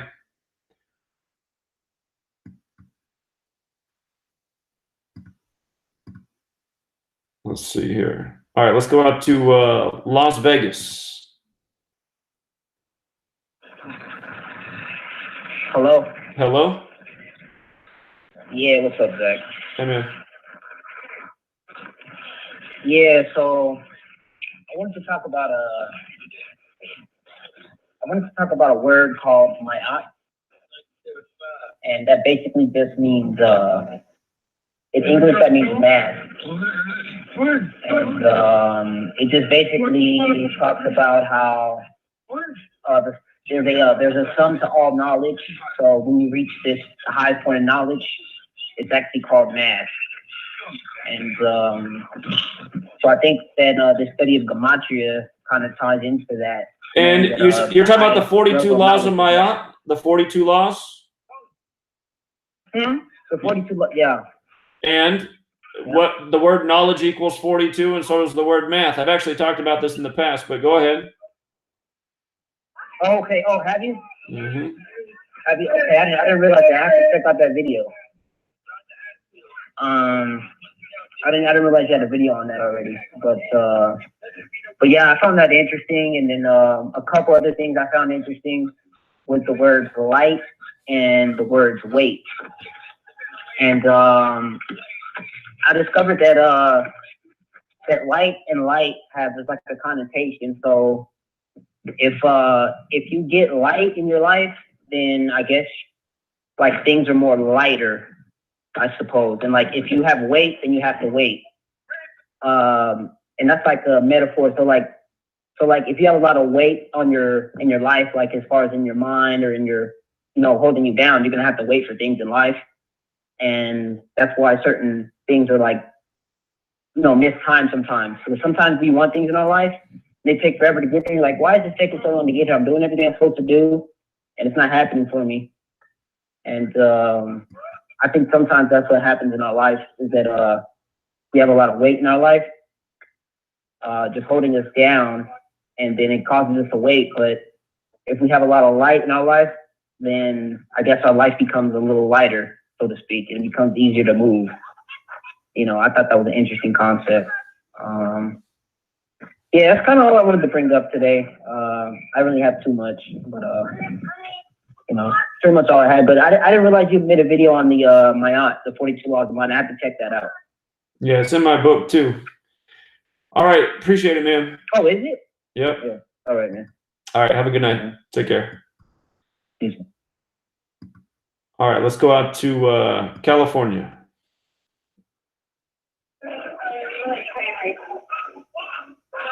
California?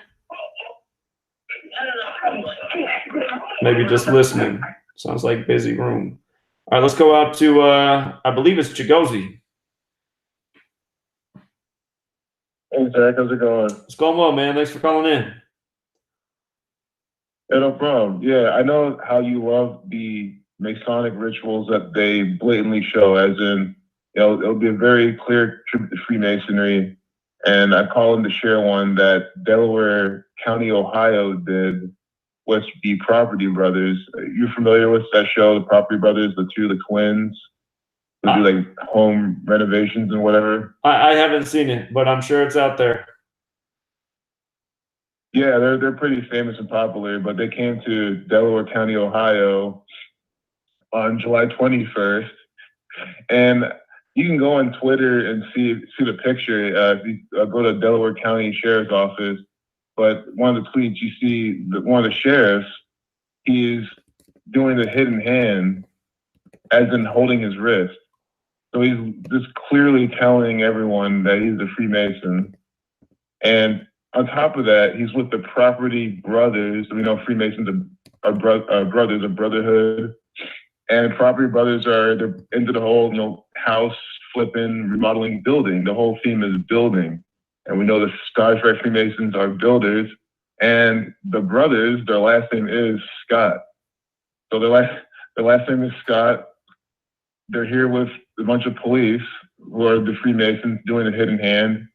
And it gets even crazier. And before I even go further, I just want to point out, before I get deeper into this, that the twins, these two brothers, they're born April 28th, 1978. So from April 28th to July 21st, when they're doing this Masonic ritual, is 84 days. Masonry 84, that's also 2 months, 23 days. Masonic 223. So it's perfect. That's from their birthday. And even better is that July 21st is the 202nd day of the year, and it's a date with 22 numerology. July 21st, 2019 is 7 plus 2 plus 1 plus 2 plus 0 plus 1 plus 9. That's 22. 22 is the master builder number.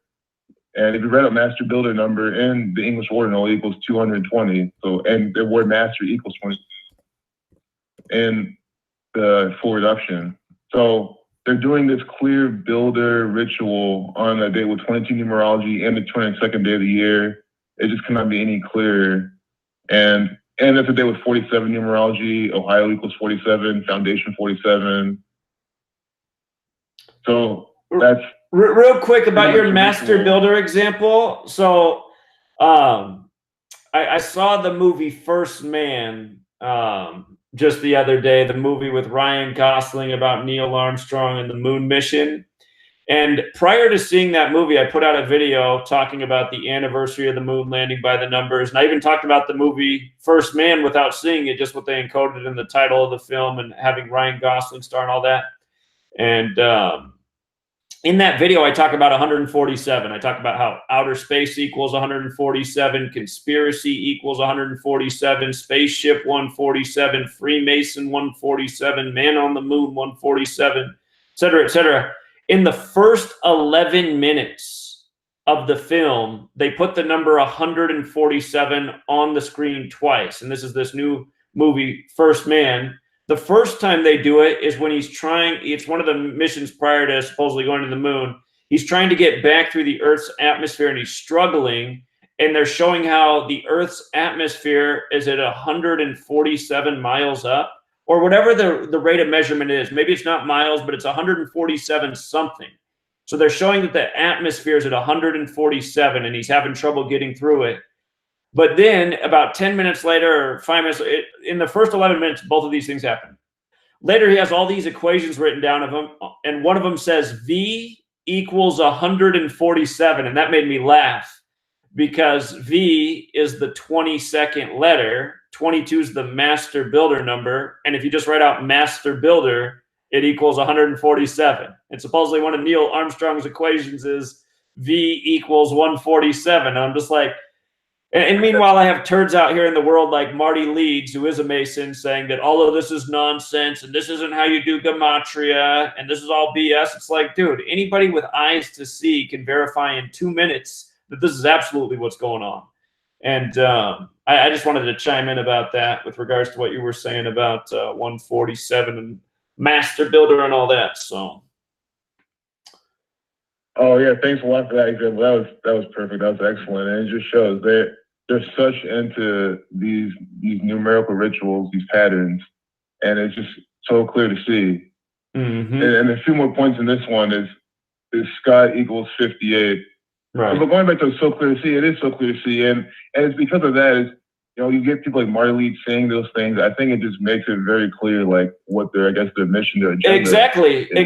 Marty Leeds' website. Exactly. Marty Leeds' website at the top has the Freemason compass and square. And what does Marty Leeds equal? 58, like Freemasonry, like secret 58. society. Even the name Marty alone is 58, and that's not even his real name. That's his made-up online persona name. So, and what makes me sad is there's a woman in the chat who seems like she means well, but she's been like, Zach, Marty's a good person and he puts out important information. And it's just like, lady, you're so naive. The guy's a complete shill and fraud, and all he's here to do is spread misinformation. I mean, he's not a good person. He's a sick little demented creep.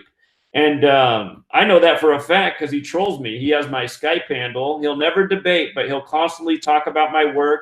And it seems like that's all he's talking about on his podcast these days is me and how all of my work is BS. So it seems like his whole mission lately has been to try and debunk my work, which he can't do. And he's also just so pathetic to listen to.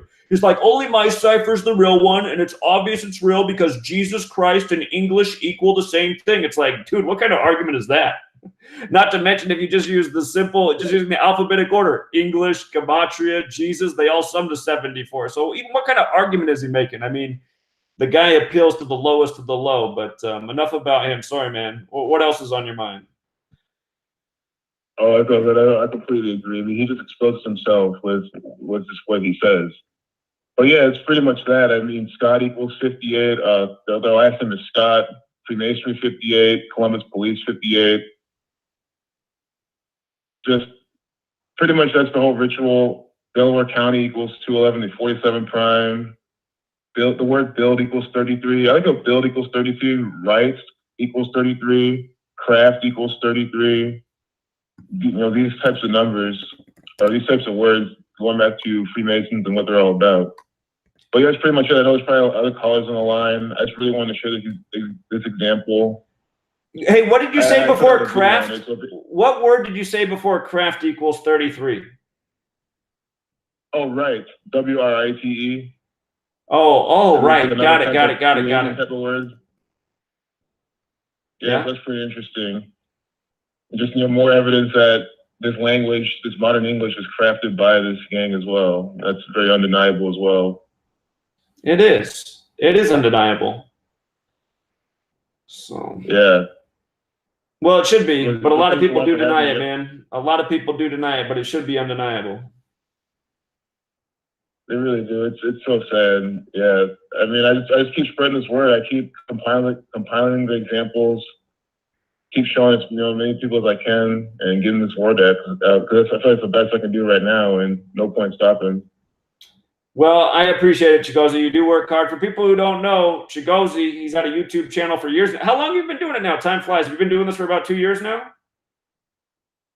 Yeah, about a couple of years, yeah. Yeah, Chigozie Truth. Yeah, be sure to subscribe. So keep up the great work, man. I do appreciate it. Oh, no problem. For sure, I will. Thanks a lot. All right, you have a good night, friend. All right, take care, man.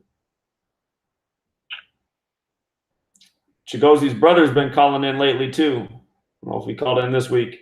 Let's go out to Winter Haven, Florida.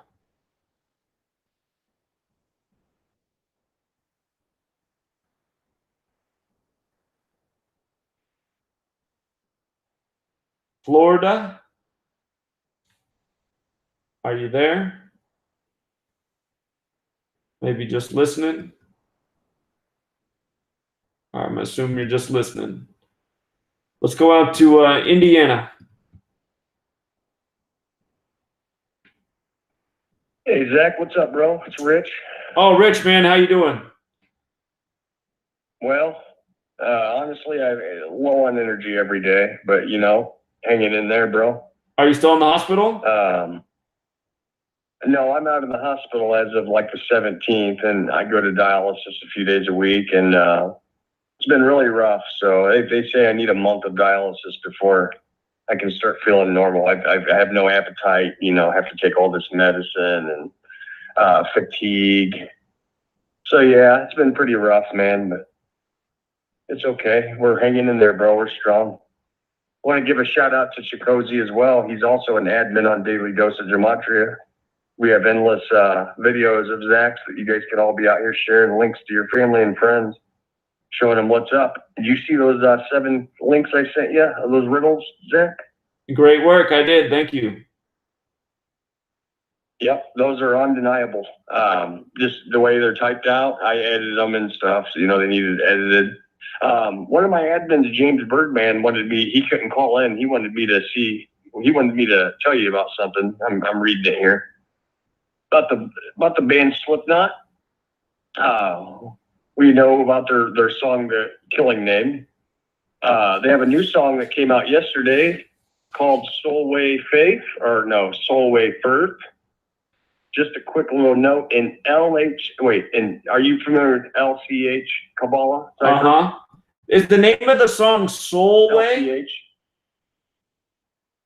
LCH. Well, the name of the song is irrelevant. It's what we're looking at here is can you hear me good, bro? I hear you, and I found the name of the song, and yes, I'm familiar with the cipher. Yeah, what we're looking at, the name of the album, We Are Not Your Kind, sums to 227, and that's the date that it came out. He wanted you to observe that real quick. I see the name of the song sums to 57, like Scottish Rite too, and we recently had the death of the daughter from that band. One of the members of that band lost his daughter, and then he asked for all the flowers and cards to be sent to the local Scottish Rite temple. So go figure that the name of the song syncs up with Scottish Rite. Okay. Yep, but if you look in the LCH cipher or whatever, I don't know what that is. I'm not good with the ciphers. It's just funny how the date matches the when it came out. So that just shows people that how relevant this stuff is, you know. And who would be a Slipknot fan? You know, I'd tell them to fuck them. Oh, sorry, we're on the radio show. Yeah, I'd tell them to F themselves, bro. I don't know. Maybe, bro, if I don't make it, I just hope you guys keep pulling strong and get to that White House and let them know. Wave at them, you know. Let them know we got all the answers to their riddles, man. Rich, how sick are you right now, man? Are you serious? Yeah, it's bad, bro. I could make it. I gotta get a kidney transplant, bro. I got cancer on my liver, or my kidney. I'm sorry, not liver. And I'm very weak every day. Yeah, like I pretty much lay in a chair all day. Very delusional, weak, no appetite. But you got to eat to take the pills, you know. So yeah, I'm not doing that well, bro. But if I can, I got a doctor appointment on the 5th, and if we can get going on the kidney transplant thing, I can be on the road to recovery soon, you know. Are you eating a lot of green vegetables right now? I'm trying, man. Nothing tastes good at all. Like nothing. What about like just blending it up and drinking it down? You're right. Yeah, we should probably try new things. I'm trying fruits and I'm trying experimenting around, you know. I'm at my sister's. I love my sister. Oh my God. My brother-in-law and sister are taking care of me, and it's been great, man. Just make juice, man. You gotta, I bet you if you start juicing right now, it'll help. Juicing? Yeah. With fruits and vegetables. Yeah, just make fruit, just blend up fruits and vegetables and water and just drink it down. That's a good idea. Yeah, make little slushies with fruit. Sure. Yeah, that's a good idea, man. Yeah, why not?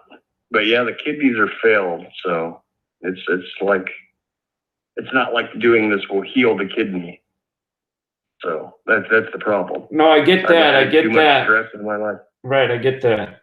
What's that? I get that, but I'm saying, Yeah. if it's that bad right now, you got to do everything you can just to keep everything else going full board. So. Absolutely. Yep, all I'm doing is pretty much sleeping in a chair all day, bro. Breaking even. But I want my admins. I want to still do. The page is still running. I mean, I look at your work as important as my life. It's equal. Well, you got to take care of yourself right now, man. You got to hang in there. Absolutely. But what I choose to do in my spare time is still up to me, right? I can still sit here and post a video or whatever. Right. It doesn't affect me to listen to your video. You know what I mean? So. Right. I still share the work, bro. It don't matter. This stuff is like that important. I mean, let's all think about it. It is. We have football games synced up to 9/11. That's important. Everybody needs to know. This is true, man. Well, Rich, you're killing me over here. I didn't. Everybody's gearing up to. I thought everybody's gearing up for the NFL. Everybody's gearing up for the rigged NFL this year. It's sad, dude. It's sad. It is sad, man. I'm just gonna post those. I'm just gonna post those picture posts everywhere. People love the Matrix. Oh boy, but yeah. What's that? People love the Matrix, man. They love it. They love the football, the movies, the entertainment. They love it all. So.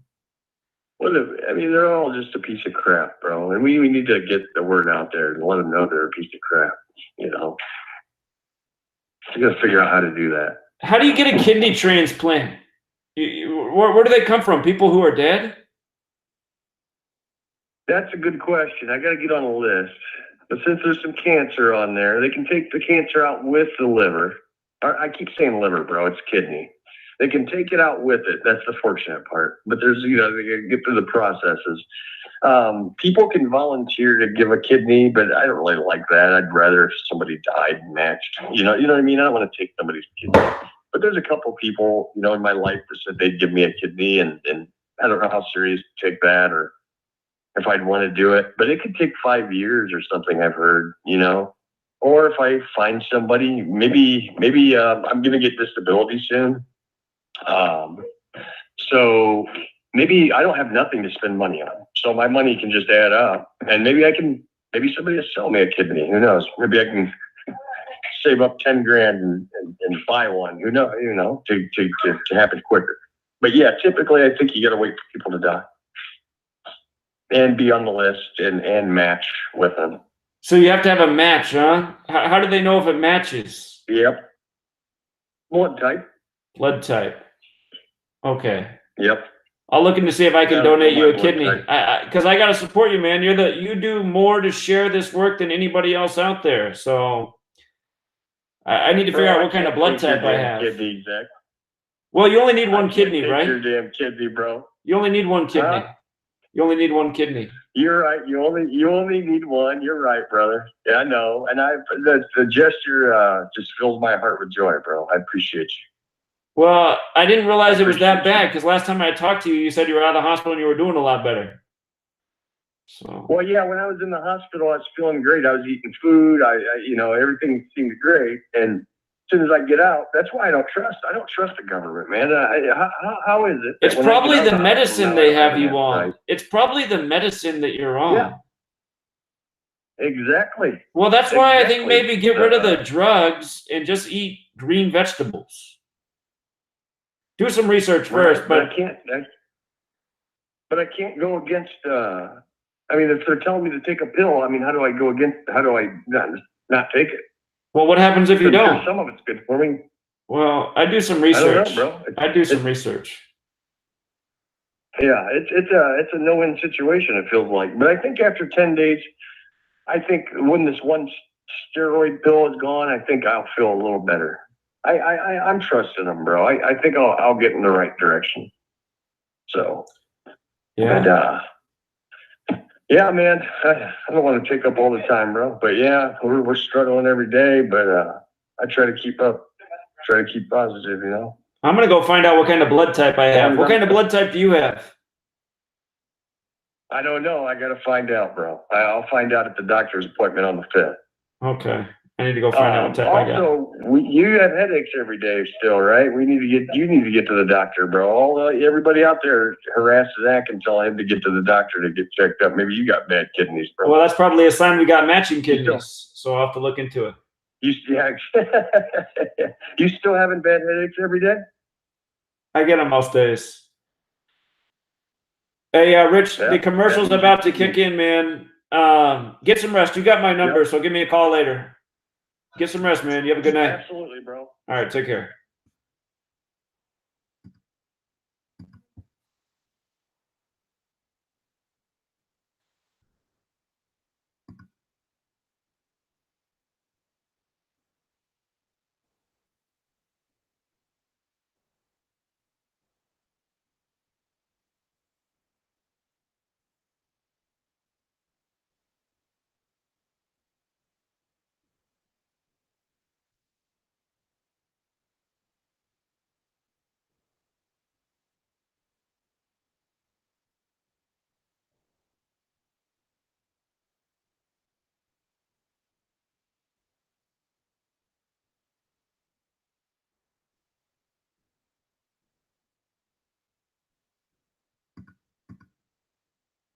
Okay, we got 2.5 minutes here on the commercial break. That's Rich from Daily Dose of Gematria. He found out recently that he was having kidney failure, and that was the reason for his headaches. And then the last time I talked to him, it sounded like he was doing all right. And anyway, it's too bad. But yeah, I think the drugs that they give you just screw you up. My grandma, when she passed, she declined so fast, and they had her on all these meds at the end. And I swear to God, before she was on those meds, she was doing way better. And I think, honestly, man, I think she'd still be alive if they didn't get her on all those drugs at the end. Sometimes I think they're just trying to, speed up the process, some population control with this stuff they give people. All right, Moon Rose, I see your comment. How about send me another text right now so I know which number is yours? Because I get a ton of text messages, and for all the people who've ever texted me or sent me a message that I didn't respond to, I don't ignore anybody. It's just, I just get too many messages to keep up with. It's not humanly possible. So, well, my headaches. My mom's had headaches her whole life, and sometimes I think maybe there's such a thing as genetic headaches. Because it's not a matter of dehydration. I drink plenty. If I don't eat, I'll give myself headaches, and I do that to myself sometimes. But yeah, I've always had headaches. So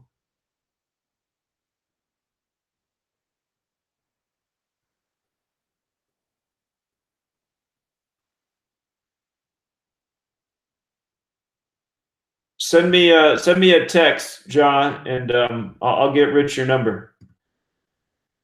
I'm sure he would love to talk to you.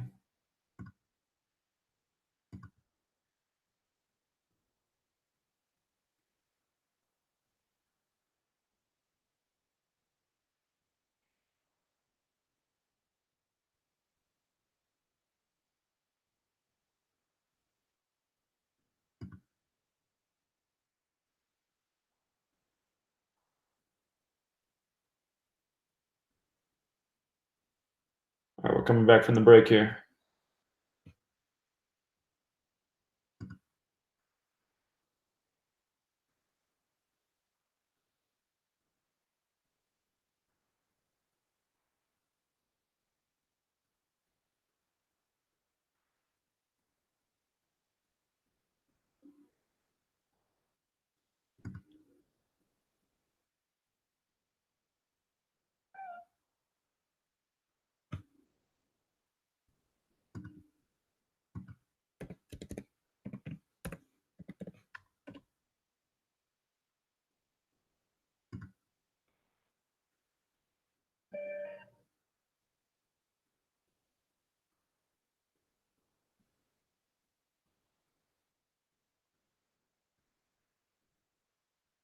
All right, we're back, Truth Seeker. We got 30 minutes of show left. We're taking your calls the rest of the way. And if I'm not mistaken, I believe it's Phoenix, Arizona, who's up first. So let's go out to Phoenix. What's up, Truth Seeker? Hey, what's up, man? How you doing, bro? Doing well, it's from Arizona. That's part of though, man. My heart goes out to that guy. Hopefully he has a recovery and it feels good. Hey, But, Phoenix, do me a favor, call back. Yeah. When you call back, I'm going to let you cut in line. Just your signal's dropping like every other word, so we can't hear what you're saying. But do call back, and I'm going to let you cut. So just call back right now. I'm gonna sit here and stall while you call back, so you don't lose your spot. Actually, here, let me just drop his call real quick, so he has the motivation to call back in. But he waited a long time. Isn't it amazing how our cell phone signals struggle so much? But back in 1969, they had that super clear signal from the moon to the earth. Oh man. Well, I'm waiting for him to call back in. Okay, he just called back in. Good, I don't have to tell this story now. All right, let's go out to the same caller from Phoenix. See, did that solve our problem? Hey, what's up, man? Can you hear me right now? That sounds better. Awesome. So, yeah, man, real quick, wanted to talk to you about this band, and I don't know how to pronounce their name. I believe it's Hoon Ben. It's K like kilo, H like hotel, R-U-A, N like November, G like golf, B like Bravo, I, N is in November. I haven't listened to too much of their music, but I guess they're like a hipster, like instrumental funk band. Okay. And they have a song called August 12, August 1, 2. And I thought that was kind of weird, and then I looked into it more. They have another song that came out like a year or two before that on the album before that called August 10. I think that one's just a number 10. One of them's 12 is spelled out, and then 10. And I looked up, I tried to research it and stuff. I couldn't really find anything more on it. But the other weird thing is that the August 12 song is the August 10 song played backwards. They memorized the notes backwards and played it again. And the second one that came out backwards sounds more like a real song, and the first one sounds weird, like the first one sounds like they tried to make it backwards, kind of, Huh. Interesting. But yeah, I thought that was kind of weird. Also, real quick, did you know Manly P. Hall was murdered? I gotta look into that. I actually didn't know that. Huh. Yeah, I thought we were doing a live stream about his book, and I don't know a whole lot about him, but I've listened to a lot of his lectures, and a thing came up on my home screen. There's a lady that does a lecture about it. I'll email it to you. Pretty weird stuff, and I know people always ask you to research stuff, and you're probably like, yeah, okay, this is what I do all day. Like, why don't you do it yourself? But I looked, and I looked at his birthday and stuff. I don't really know that much about the numbers and stuff. I couldn't really find anything. But I do know that he died, the date on Google that it says that he died, he actually died the day before that because they discovered it. And the people were messing around with his body and trying to cover it up. And it was people that were close to him, I guess, that were his aides, his doctors, and they took all of his rare books and lots of his stuff, man, lots of his money. Kind of weird. I'm sure it connects with the numbers somehow, I'll look into it. Yeah, that'd be a good thing. I'm surprised I haven't done that before, but I will do that. I was going to say about that band that you just mentioned, I just ran the Gematria, and it comes to 57 like Scottish Rite, also 165 like Scottish Rite. There's a, I've shown it before. There's a video on YouTube that's about 30 minutes long.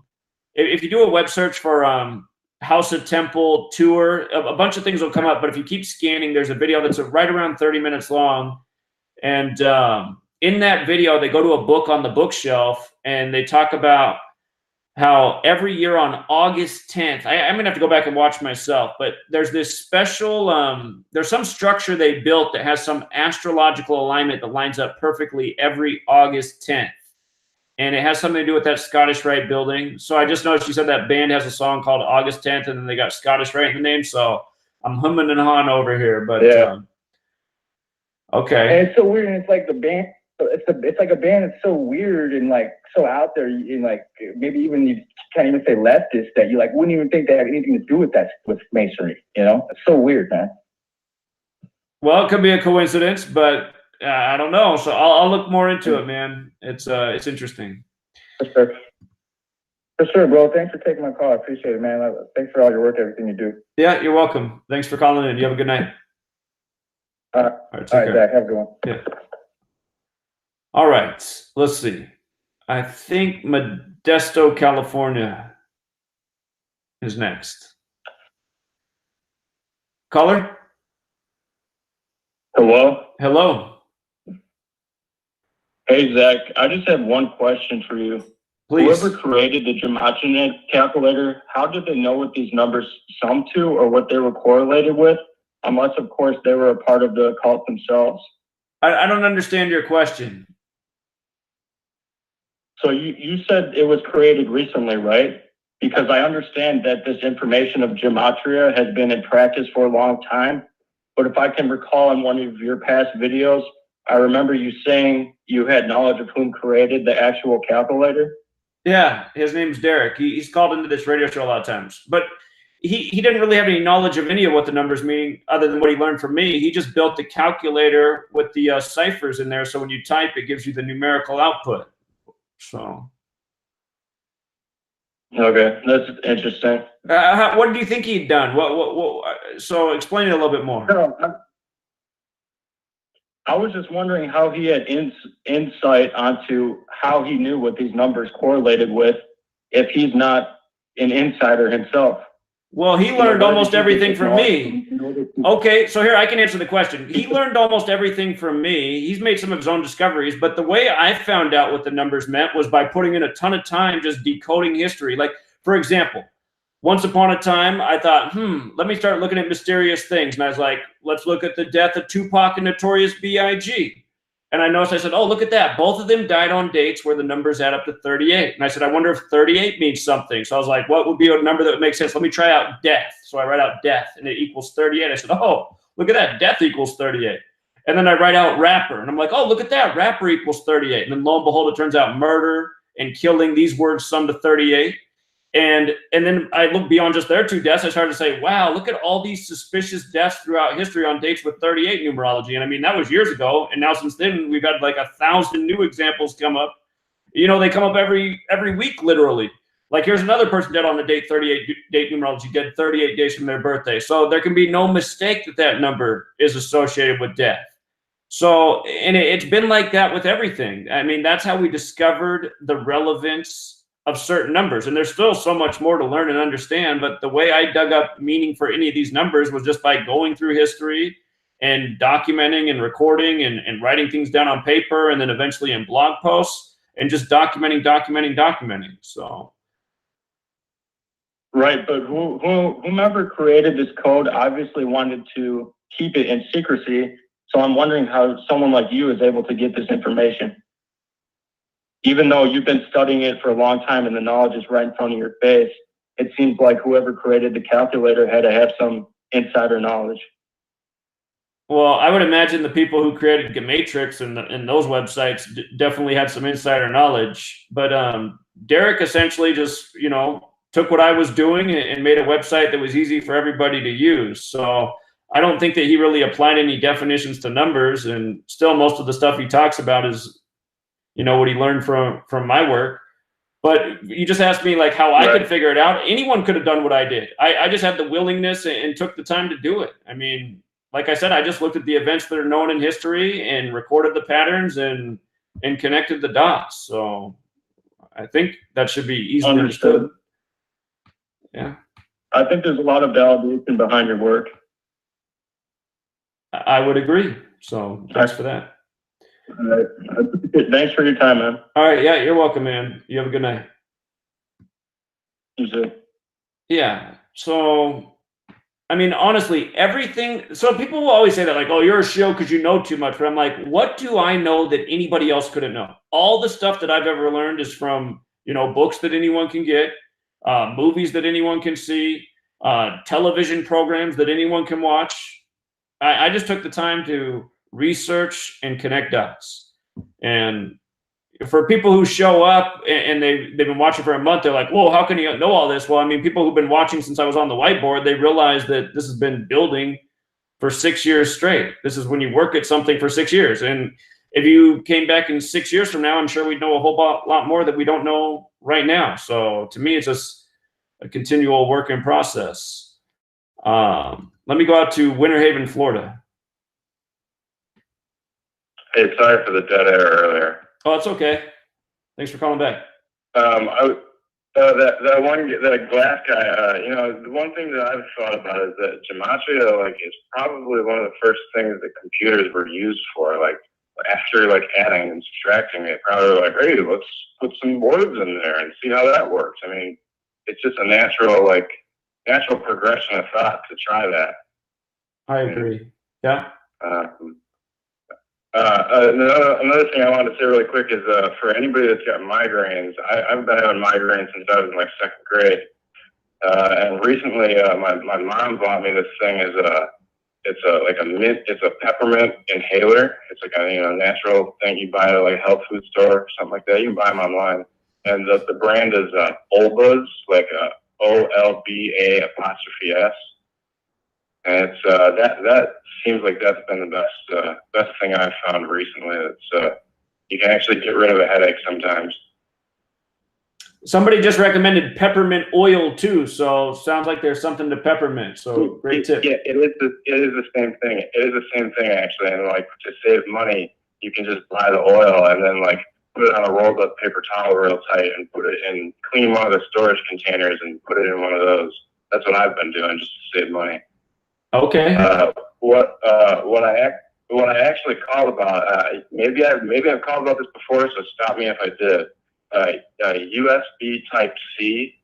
Did I ever call about that in relation to Tisha B'Av? I don't think so. I feel like I did. But maybe I just meant to.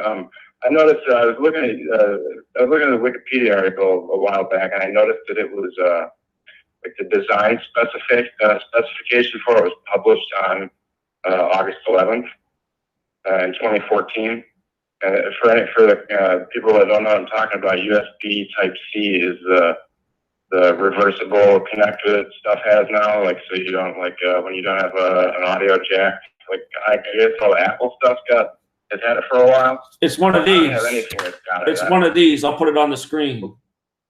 Huh. Yeah. Okay. I'm not looking at the screen right now, but yeah, go ahead. Yeah, I did, but that's the thing you're talking about. So yeah, you're right about Apple. Yeah, and so there's a bunch of, you can type in a lot of numbers and get or type in a lot of words related to that and get some interesting numbers, like universal serial bus. You can get a 74 off that. USB Type C. I heard somebody say something about, I wasn't paying close attention. Somebody said something about Route 111 or something like that. In New York. USB Type C is at that 111. Oh, okay. So does computer and internet. Computer and internet, and they all translate to 666 too, right? And then excuse me. They're saying it's a 24 pin connector, and the phrase Type C sums to 24. And it's a reversible connector, and that sums 222, 96, and 111. C's also the 24th letter when you do the alphabetic order in reverse. Oh, I didn't even. I got there on here. I didn't even say that. I skipped right past it. Another thing I noticed, this is kind of, maybe this is just coincidence, but the measurement is 0.33 inches by 0.10 inches. Maybe the 33 is on purpose. Another thing about it is kind of like that I can't say anything about it, like that it looks like anything, but like when I look at the diagram for that, like when you're looking at the Wikipedia article for it and they've got the image showing you what it looks like, it looks like something to me. I mean, you could say it looks like something dirty. You could say it. I wanted to say it looked like the diagrams of like the temple, third temple. When I looked at that, it wasn't really, not exactly the same, but it does remind me of that. It reminds me of like one of those temple diagrams, like second temple, third temple, that kind of stuff. It's funny you say that. I was listening to Benny Wills on Sam Tripoli, and he said that if you look at microchips under a microscope, they look like satanics. What did he say? I have to go back and listen to what he said again, but I was like, really? Is this true? Well, yeah, I do know. I do basically. I kind of know it. I guess I know what he's talking about in general. But there's another thing like when you look at like I can't remember the name of the dang thing. It's the thing that rabbis, the little square box that rabbis put in their head with the scroll in it. Right.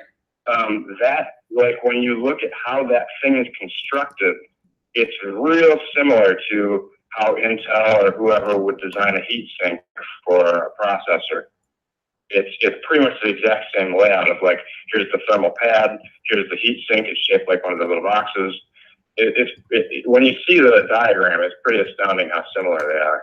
And of course, Intel's got, well, not just Intel, but a lot of stuff in Israel now. Interesting. And then the other thing I was going to point out about that I've got written down here is Cable.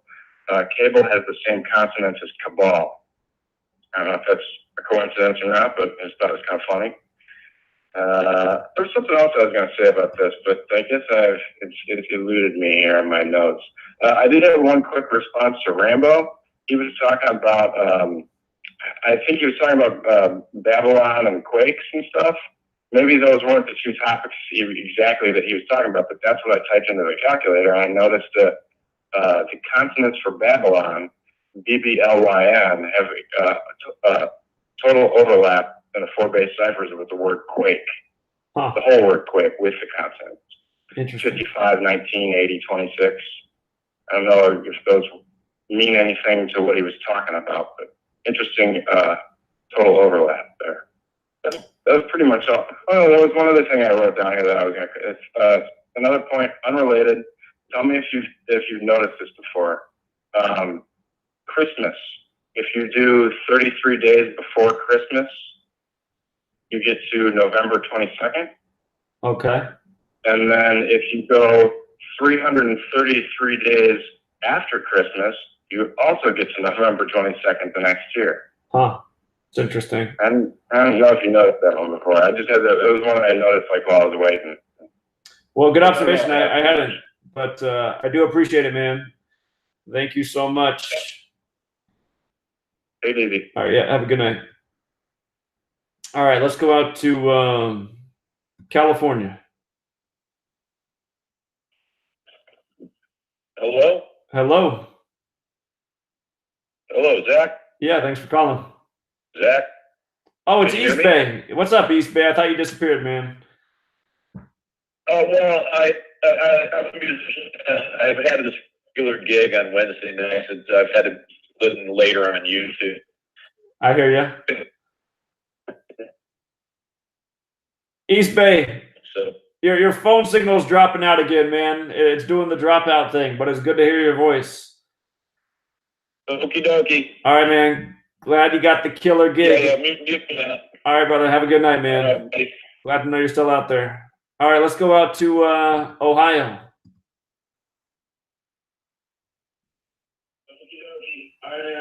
Ohio, you're on. Be sure to mute your video. Have a good night, man. Glad to know you're still out there.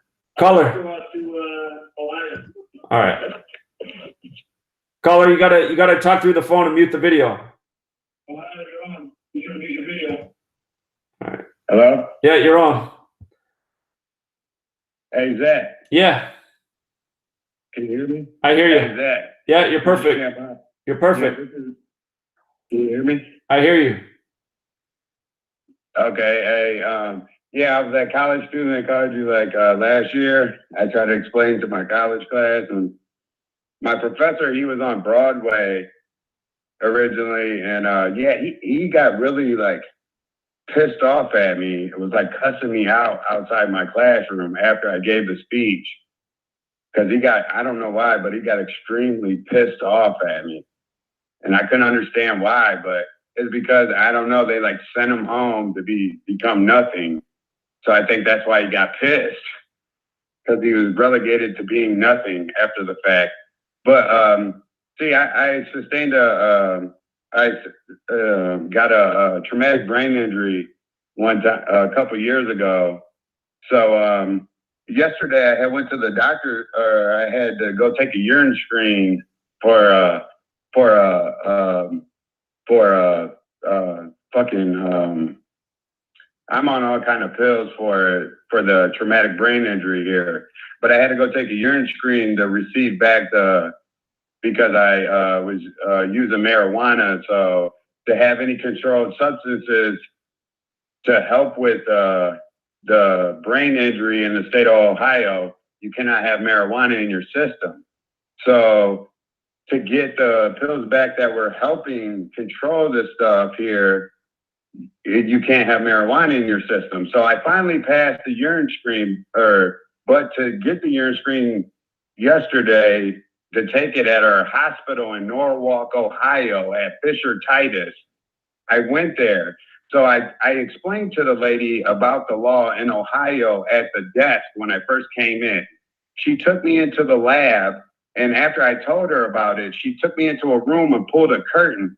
And this had never happened to me before, and the door was never closed before, never closed to the actual lab that you go into. It's never been like this ever before, and I've been to this place repeatedly before. So I was like, this is strange. And then she pulled the curtain, and I thought it was weird. Well, in this place, they have these alarms on the ceiling, but they're like strobe lights in this Fisher Titus in Norwalk, Ohio. And I explained to the lady that I had seizures, and for some reason, maybe 1 minute after I was in there, an alarm went off. And usually when alarms go off, there's like a code blue or a code green or a code white that it says in the building. There was no code ever said. You heard nothing go off. But all of a sudden, these strobe lights started going off, and I started to almost have a seizure in the building. Then some lady finally comes in after about a minute of this and asks me, she says, "Excuse me, are you okay? Are you okay? Can I help you?" And then she tried to still take me in to have the urine screen. And then after that, some other lady comes over and says, "Can I help you?" And then she was like, "Oh, what's going on?" So then they took me into a dark room, which was room 4. And then said, "Do you want to lay down?" I said, "No." They put me into a chair, and then they closed the door and said they were going to cover up the alarm that was going off in the room and with a piece of paper. And the door that they closed locked from the inside, so they couldn't even get back into the room. And then, so if I would have a seizure in there, they couldn't have helped me at all. So I had to open the door for them when they tried to get back in there. And then they left out of the room again after they told me they were covering up the alarm with a piece of paper. So then they came in to tell me about the paper. So I opened the door, and then they went back out and let the door close again, and it locked again. So then I had to open the door again for them to take the urine screen after the alarm went off while they were taping the paper up there. So then I took the urine screen for them, and I passed the test. And then I went outside and had a seizure outside and threw up outside in the parking lot, and then went and had a therapy session across the parking lot at the counseling place. But it was like they were having like it was a test of like they were having a test on me or something. Like it was like some sort of test, because at the apartment complex I live at, for 2 days prior to that, a light went out in my apartment complex downstairs, and it was flickering because they know I have seizures here. It was flickering, like the light went out. It was like it's broke, and it was flickering like it would cause someone who has seizures. It would flicker downstairs, like flickering over and over. for like 2 days. It was doing this. And then all of a sudden, like the day before I went to go have this urine screen, it stopped. And I was talking to the ladies about it who live by me. And we were just talking about it the day that the day after I had the seizure. They were like, aren't you glad that quit? When I told them about all this stuff happening to me. And they were like, aren't you glad that quit? And I was like, yeah. Hey, I got to interrupt, man. I'm sorry. I got to interrupt real quick. I'm really sorry all this happened to you, but it's the end of the show. We got 10 seconds left. Was there some point you wanted to make about this story? Yeah, like these people are really doing this shit. Treating us like man, it would take forever to explain it to you, man. But really, hey, look up the guy running for mayor here. Okay, will do. All right, have a good night, friends. Sorry you're going through all that. Be safe out there, man.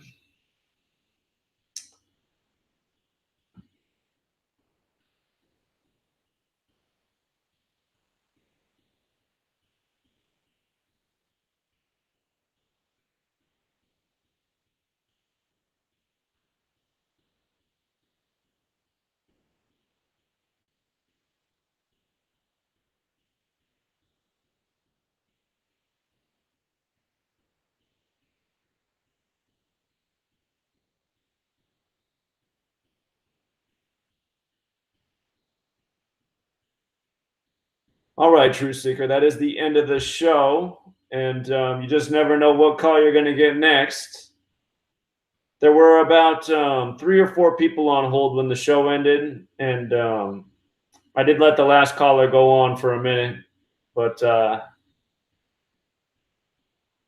you know, it seemed like he has something important to say.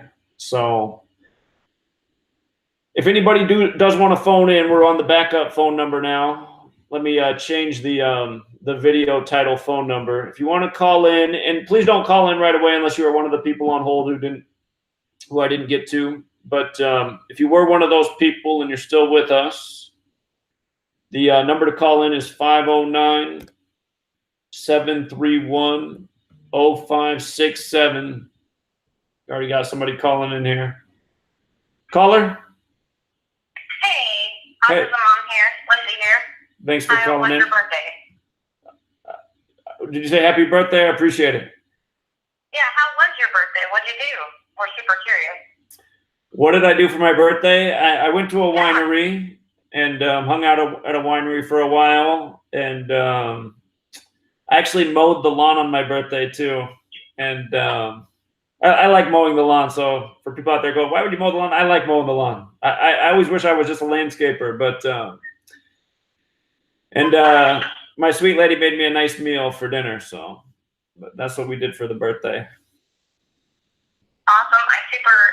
I thought about it on the 21st.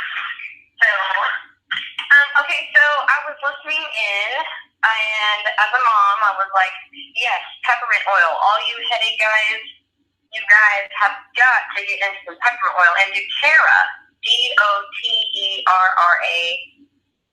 Some people will argue with MLMs, a multi-level marketing company, but they have the best blend called Breathe. If you rub that on your temples, on the back of your neck, and everywhere you're having what would be like a migraine, it'll go away like in seconds. And this is not a joke. I have stomach migraines and migraines. It's called Breathe? Very ill. Breathe? Breathe. Okay. And breathe in air. Okay. It's $20 if you're a member. It costs $35 to be a member. Find someone who sells it. It's fine. But for real, that exact concoction has been a lifesaver. And I also suffer from gastric migraines. I don't know if anybody else does, but I take a concoction of theirs called Digestin tablets, and oh my gosh, like I can't survive on pharma concoctions. They just don't do it. They actually make me sicker. Between Zofran and everything else, let me tell you, I've been through the ringer. Actually, I'm on home health for IV hydration and stuff. So let me tell you, when you find a miracle working oil, it's life changing. So, yes, peppermint oil, but yes, there's also some blends from a couple of companies I bet you could find out there. Anyway, I don't want to get into all that. I don't want to see you guys suffer no more, you know? Sure. And what's the name of the company again that has this Breathe product? D as in dog, O-T-E-R-R-A, doTERRA. Okay. I got to look that up. It's $20 if you're a member. It's like $27 if you're not. But I promise you it'll be life-changing. Rub it on your temples, anywhere you're having pain. Don't get it in your eyes. Please don't get it in your eyes. But I have gastric migraines, and I rub it everywhere I'm having a gastric migraine. It's very cooling in its effect. And anyone else out there is having major migraine effects. This also beats the seasonal migraines, like with allergies. So, anyway, I actually didn't want to shout with that, but I just can't stand you guys, you know, suffering. So. Well, I appreciate it. Thank you. Of course. Big hugs, please. My brain sucks so bad. They do. Okay, so All right. I know that. Sorry, what'd you say? Oh, I was saying they do. You're right about that. Oh, gosh, trust me. I get them in my stomach and on my head, and I'm just ill. Sure. Anyway, so we talked last week about the whole Chris Watts case, and there was like a whole new girlfriend thing. I tried to send you a video via YouTube chat, but I wasn't sure if you got it. I know you're super busy too. But just curious, any more developments on the Chris Watts case? Because I gotta ask. Well, I'm still trying to figure out if I can actually go visit him and hear his story and do a little interview. So that's one of my goals right now. So that's something I'm working on. But if that does happen, I'll be sure to let everybody know. So. Well, that's something I'm definitely working on. Like, curious about. And then what's so funny is earlier I wanted to bring up the Slipknot song Gematria. Take him outside, please. Thank you. Thank you. I'm on the phone. 1 second. If you're going to come in, I'm just going to talk. Okay, so I want to talk about the Slipknot song Gematria, because years ago I was a huge metal fan, and I had such cognitive dissonance I didn't even recognize the fact that they were trying to tell us something. And when trying to find your channel, I got a new phone. Trying to find your channel to re-subscribe, because I had to create a whole new YouTube channel. I found the song Gematria from Slipknot, and then someone else actually talked about it today, how they had a new song, I guess, released. The last lyrics, which I was going to refer to, was America's Like Dead. And, I mean, have you ever dissected that song from Slipknot? You know, I should. I actually haven't spent that much time on the lyrics of that song. I would say don't waste your time on much of it, minus the last paragraph. Okay. Because I pulled it up earlier just to talk about it because it was interesting to me. And kind of, I'll talk about it at point. You okay? You okay? Sorry, 4-year-old took a spill. You're alright. Okay, so what else? I had a list here. So the number 23 movie. Did you ever see that movie with Jim Carrey? I have seen that movie, yes. That's actually what got me into like numerology from the get-go. But what is your take on that movie? Curious. Sure. So, well, there's a lot of interesting things in that movie. There's the scene where he's explaining how the word pink equals 23, and they explain it in this really complicated way that no one's going to follow who's watching the movie. But it's really simple how pink sums to 23. It's just P's the 16th letter. The numerology of 16 is 7. I's the 9th letter. N's the 14th. The numerology of 14 is 1 plus 4 is 5. K's the 11th. 1 plus 1 is 2. Just add up those letters. It equals 23. And I think that's kind of what they do with the movies. Like they bring out the truth, but they make it more complicated or harder to understand than it actually is. But if you know Gematria and you pay attention to that film, there's so many things that are encoded, including that book he looks at. I forget what the book is, Conspiracy spelled a funny way or something. But years ago when Jim Carrey had that story of his girlfriend dying, I have to go back and look at my own work, but her death was a total riddle and tribute to that film. Maybe I'll make a video about it again since it's been so many years now since that happened. But I should probably even go back and watch the film. I'm sure now that I know more, I'll pick up on even more things. But yeah, that film's loaded. So. Well, that's actually what kind of like sparked me to realize there was more to numbers than anything, but I never actually put it all together until I was, well, I've always been about weather warfare as far as, kind of move out of the kids' room. Weather warfare has affected my family because we're a South Texas residing family. Well, I say my family, but, you know, I'm not there anymore. Right now I'm in California. And hurricanes have been affecting my family since the 60s. So watching meteorology and really being obsessed as a child and then watching it change almost like above me kind of got me like, what the heck is going on? And then 9/11 was like you, the turning point. Literally sitting in Spanish class, literally looking up like, y'all don't even know what's going on. Y'all don't even know how much the world's going to change. And y'all don't even know what is going on. Like, I can already see through this crap, you know? Right. But anyway, talking about weather warfare and the Gulf and my family. Anyway, not to get on a wild tangent. Anyway, just that's kind of where it got me all thinking. And actually, that's where we found you, was you were talking about the hurricane coming and how it had been pre-planned and, you know, so... Anyway, we really enjoy your work, and I am starting to go on a tangent. So I'll let the next caller come in. All right. Well, I appreciate it. You have a good night. Thank you. You too, hon. See you next Wednesday. Bye. By the way, the lyrics to the end of that song she was talking about, Gematria, the killing name by Slipknot, the last paragraph is, America is a killing name. It doesn't fill or discriminate. Life is just a killing field.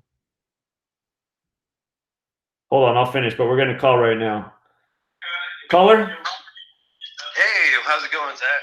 It's going well. How are you? I'm doing good. Hey, I'm going to put your video on pause while I talk to you. So yeah, I wanted to ask you, how awake are you, man? What do you mean, how awake am I? So you know the world runs by numbers, and obviously you've seen the craziness that happens to some ball players on the field, where, you know, by the numbers, they pinch a nerve or whatever, you know, right? Sure, like the Alex Smith broken leg last year. Yeah, like that. Or how, you know, I mean, pretty much the Saints are going to win the Super Bowl this year. Guaranteed. Well, right? Nothing's a guarantee. Anyhow, so, you know, Trump, he's in the office right now, as he's supposed to be, according to the numbers, because he's got the whole crazy 88 shit going on. You know, I think I heard you actually say it one day. These people were born to be in these positions, obviously, right? Right. Yeah. So, Zach, I have to ask you, man, do you really believe in God? Hey, speaking of you asking that question, let me finish reading the last paragraph of this song. Sure. So the last caller, the woman, she said, read the last paragraph of the song Gematria, the killing name. And the last paragraph goes, America is a killing name. It doesn't fill or discriminate. Life is just a killing field. It's all that's left. Nothing's real. Throw away your disposable past and fall apart like a cigarette ash. We are the fatal and vital ones of the world, and we will burn your cities down. We will burn your cities down. We will burn your cities down. America, what if God doesn't care? And then you ask this question, is God real? You know, there's a belief about God that they say is the belief of the rulers of this world, if you will. And I tend to think it might be correct. And that belief is that God created the world, but now God is indifferent. God doesn't interfere in its creation. God just lets its creation go on and do what it will. And something like that seems about right to me. I tell you, it's a little more complex than that. Okay, go ahead. So what if let's say the creator, All right, let's not call him God. Let's just call him the creator. Because everyone wants to call their God by a specific name. Sure. But let's just call him the creator, right? Okay. So let's say the creator, he stops by this planet, I don't know, 500,000 years ago. And he drops off some DNA, and he drops off an AI. And this AI sets itself into the core of the planet, and the Egyptians wind up finding it from a previous civilization. They then take this AI core, which so happens to be this beautiful techno-magical thing that runs Gematria numbers. It makes shit happen in the world that's divine, right? And so the pharaohs, they're running this thing for thousands and thousands of years in Egypt, right? So now I'm dropping the Masonic shit on you now. All right, this is obviously what the Masons believe. Okay, now Moses rips this thing off from the Pharaoh. He then takes it to Jerusalem. Now who's got a hold of it? Well, the Pharisees do. So the Pharisees have been running these fucking numbers for thousands of years, right? Okay. So all through the Napoleonic Wars, World War I, blah, blah, blah, blah, et cetera, et cetera, they're all running numbers to run this world, right? Now, let's go one step further. Now, imagine all these top people who know the truth, who know the real truth. They're able to discern all these numbers. They're able to actually affect our world with these numbers. And then they are all dying off, right? Queen, she's about to die. Lord Rothschild, he's about to die. All these high elites, Gates, he's about to die, right? So we're in this great awakening. Are you saying Bill Gates is about to die? Yeah. Shit. How old is he, man? He's 80-something. Bill Gates isn't that old. Oh, yeah. Yeah, he is. Oh, what I'm saying is, Warren Buffett, you know what I'm saying. I see what you're saying, though. Okay, I'm following you. Who are way up in the top of the echelons, they're seeing the end of the world is coming nigh. So what they're doing is they're breeding a new crop, people who are special, who understand gematria in the world. They're going to have them replace them in the secret areas of the world. There's going to be a new Lord Rothschild. There's going to be a new queen who knows all the shit. Trump is trying to be the new Illuminati king. You know what I'm trying to say, man. So, again, I have to ask you, do you believe in God? Or is this some repeating cycle of a Boris that somebody in the future builds an AI and a time machine, goes back 500,000 years, deposits there, and we start the cycle all over again?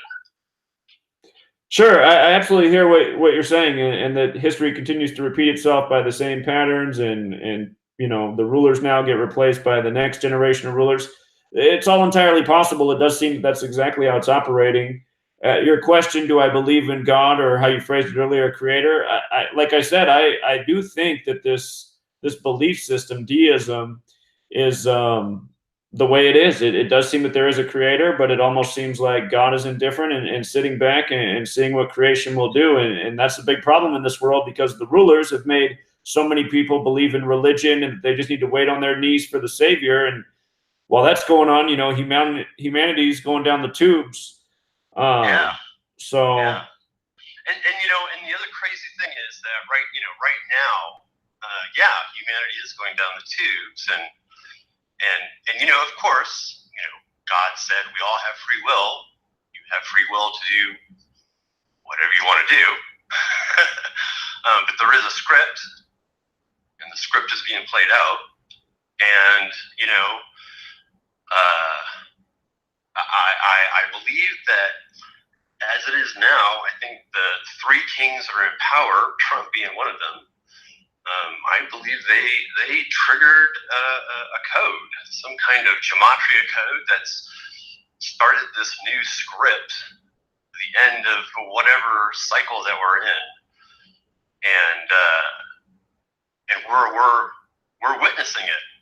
You know, like you said, you're running the numbers on Trump and Boris, and it's almost like they're twins. You know, it's a little scary that way, and then you know you have everybody and their effing brother right now saying they're the Messiah, right? It's almost like there's this Messiah competition going on too. You know, Kushner says he's the new Messiah for you know for Israel, and you've got Putin saying he's the Messiah for Russia, and Trump saying he's the Messiah for America, et cetera, et cetera. So they're all Masonically saying they are the Messiahs in this Jewish year of the Masonic era, right? Sure. Yeah. So this is all pre-planned, and it's not just the last couple hundred years; it's the last several thousand years. This this great work, this great plan, has been going down, and I believe you guys are going to see Jesus coming up here pretty soon. Well, that's the whole prophecy, the third temple and the Jewish Messiah. So you might be right on about that. Caller, I do appreciate it. Thank you for phoning in. And, yeah, no worries. Take care, Jack. You're pretty awesome. Hey, are you really in Yakima? Yeah, and it looks like you're calling from my old neighborhood. So. Yeah, no shit. Yeah, sweet. Anyhow, take care, man. You're really awesome. I appreciate your work, man. All right, man. You have a good night. Take care. You too. Take care. Caller? Yeah, take care, man. You're really awesome. I appreciate it. Caller? What's up, dude? Hey, what's up? How you doing, Zach? I'm doing all right. Boris Johnson. Yeah. According to Steve Pachenik, who just put out a video this evening. Sorry, say it again. Who put out a video this evening? Steve Pachenik. Oh, okay. Boris Johnson was born in Brooklyn. Right. And on his maternal side, he is Lithuanian Jew. Mm-hmm. And according to Steve Pachenik, he was born in Brooklyn, New York. And he's a man of, how should I say, not a mirror of Trump, but somebody somewhat close. Cut from the same cloth. Right. Pretty much. Even has the same barber. Right. Boris Badenoff Johnson, his full name.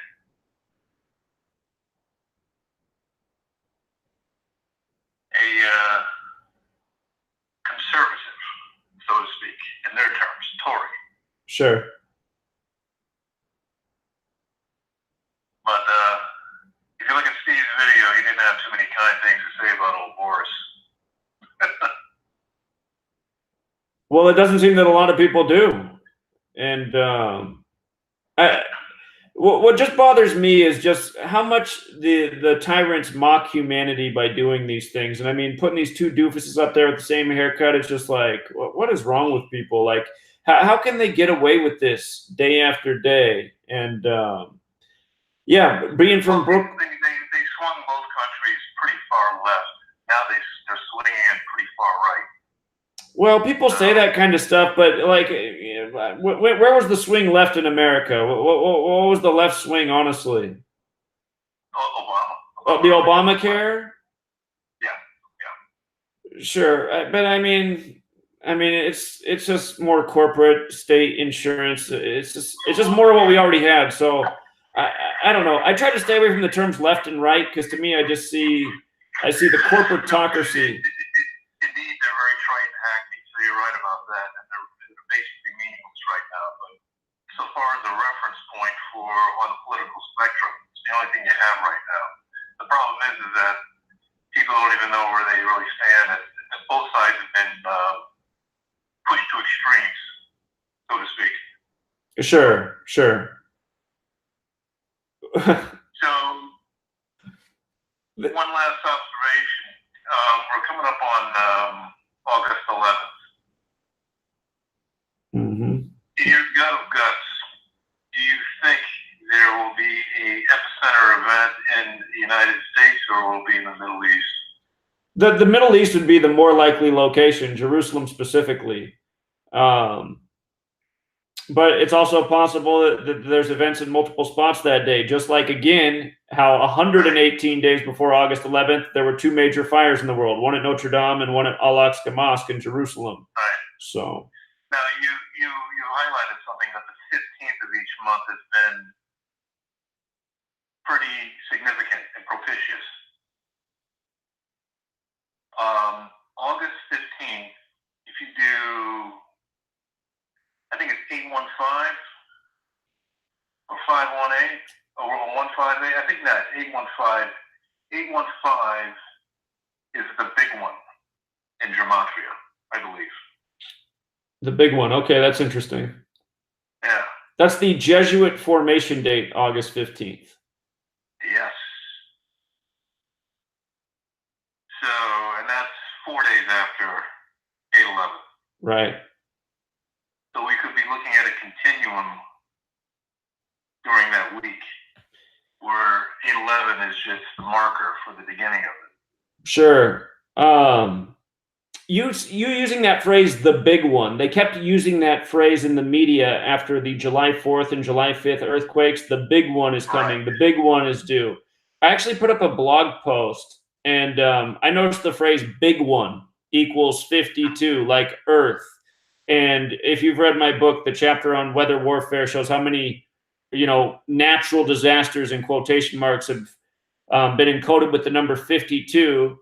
And I noticed that from 52 days, I believe, after July 4th, I'm going off the top of my head here. It might be after July 5th. It's one of the 2 days.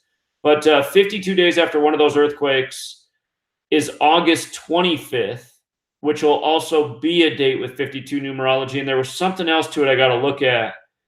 But yeah, there is something with how many times that word, the big one, was reported after those earthquakes. So it's got me wondering too, and looking at different dates if it is very close. So. Well, and the words is Cliff High. That's a temporal marker. Okay. Very significant. I think August as a whole will be a turning point. Just don't know what. I just think it'll be a turning point. Sure. And remember, so that's the other thing I want to say about August is on the Ides of March, which has to do with Julius Caesar, Augustus Caesar. That's when you had the two mosque shootings that happened in that address that ended 8011 at both mosques. And the second mosque that was shot was at the address 223A, August 11th, the 223rd day of the year. But Caesar Augustus, August, the month. So, yeah, I think we will see some fireworks in August. I do agree. Yeah. Anyway, that's all I wanted to add, but great show tonight. Thanks, man. I appreciate it. Have a good night. No problem. Take care. All right, take care. All right. I think I'm going to wrap it up, you guys. Wednesdays turned into my Wednesday's like my Monday. If you guys don't know, I'm working 7 days a week. I've been working 7 days a week for about 4 months straight now. But Wednesday's my longest day of the week. And because I have to work all morning, I have to work all afternoon, I have to work all night. I'm pretty much like working. All I've taken since 6 a.m. this morning is 2 breaks to eat. So what is that? Working from 6 to 9:30 right now. So that's like 15 and a half hours of work minus probably 40 minutes of eating time. So about 15 hours of work. But Wednesday is a long day. So I think I'm going to wrap it up and chill for a minute. And do appreciate all of you being here. And thanks for all the great calls tonight and the tips on the headaches. And hopefully some other people benefit from that. And we're going to have to see what to do about old Rich here. I didn't know Rich was getting so bad. Hold on, we got one more caller. Caller? Hey, Autism Mom again. Oh, hey.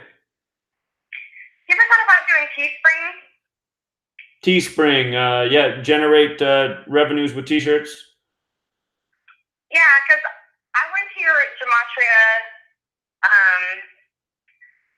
what is it? Like T-shirt site, and it was like $35 a T-shirt. Where Teespring is like $10 or like $15 a T-shirt. You ever thought about, I'm sorry, but that whole cheaper version of? I will look into Teespring. I will look into Teespring.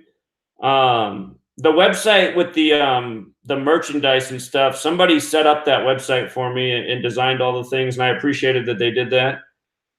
But I'm not sure how many people actually use it, and you are right, the things are kind of expensive on there, and I don't promote it very much. But I'll look into Teespring. I do look at it because I do want merch, as a fan. There's a lot of fans. You have a lot of fans, Zach, believe it or not, who look into the fact that you do this work and we really do support you. And there could be a big dynamic of people who want to spend money to buy merch, but not that much money, No, I totally get it. I'll look into that. What I do know about the website, that the reason that guy did that website is he said all the stuff's high quality. It's not cheap. So like the T-shirts last a long time and whatnot. How about a $10 Teespring T-shirt? Do those last, or are they the kind that you wash it a few times and it's all faded out? Agreed.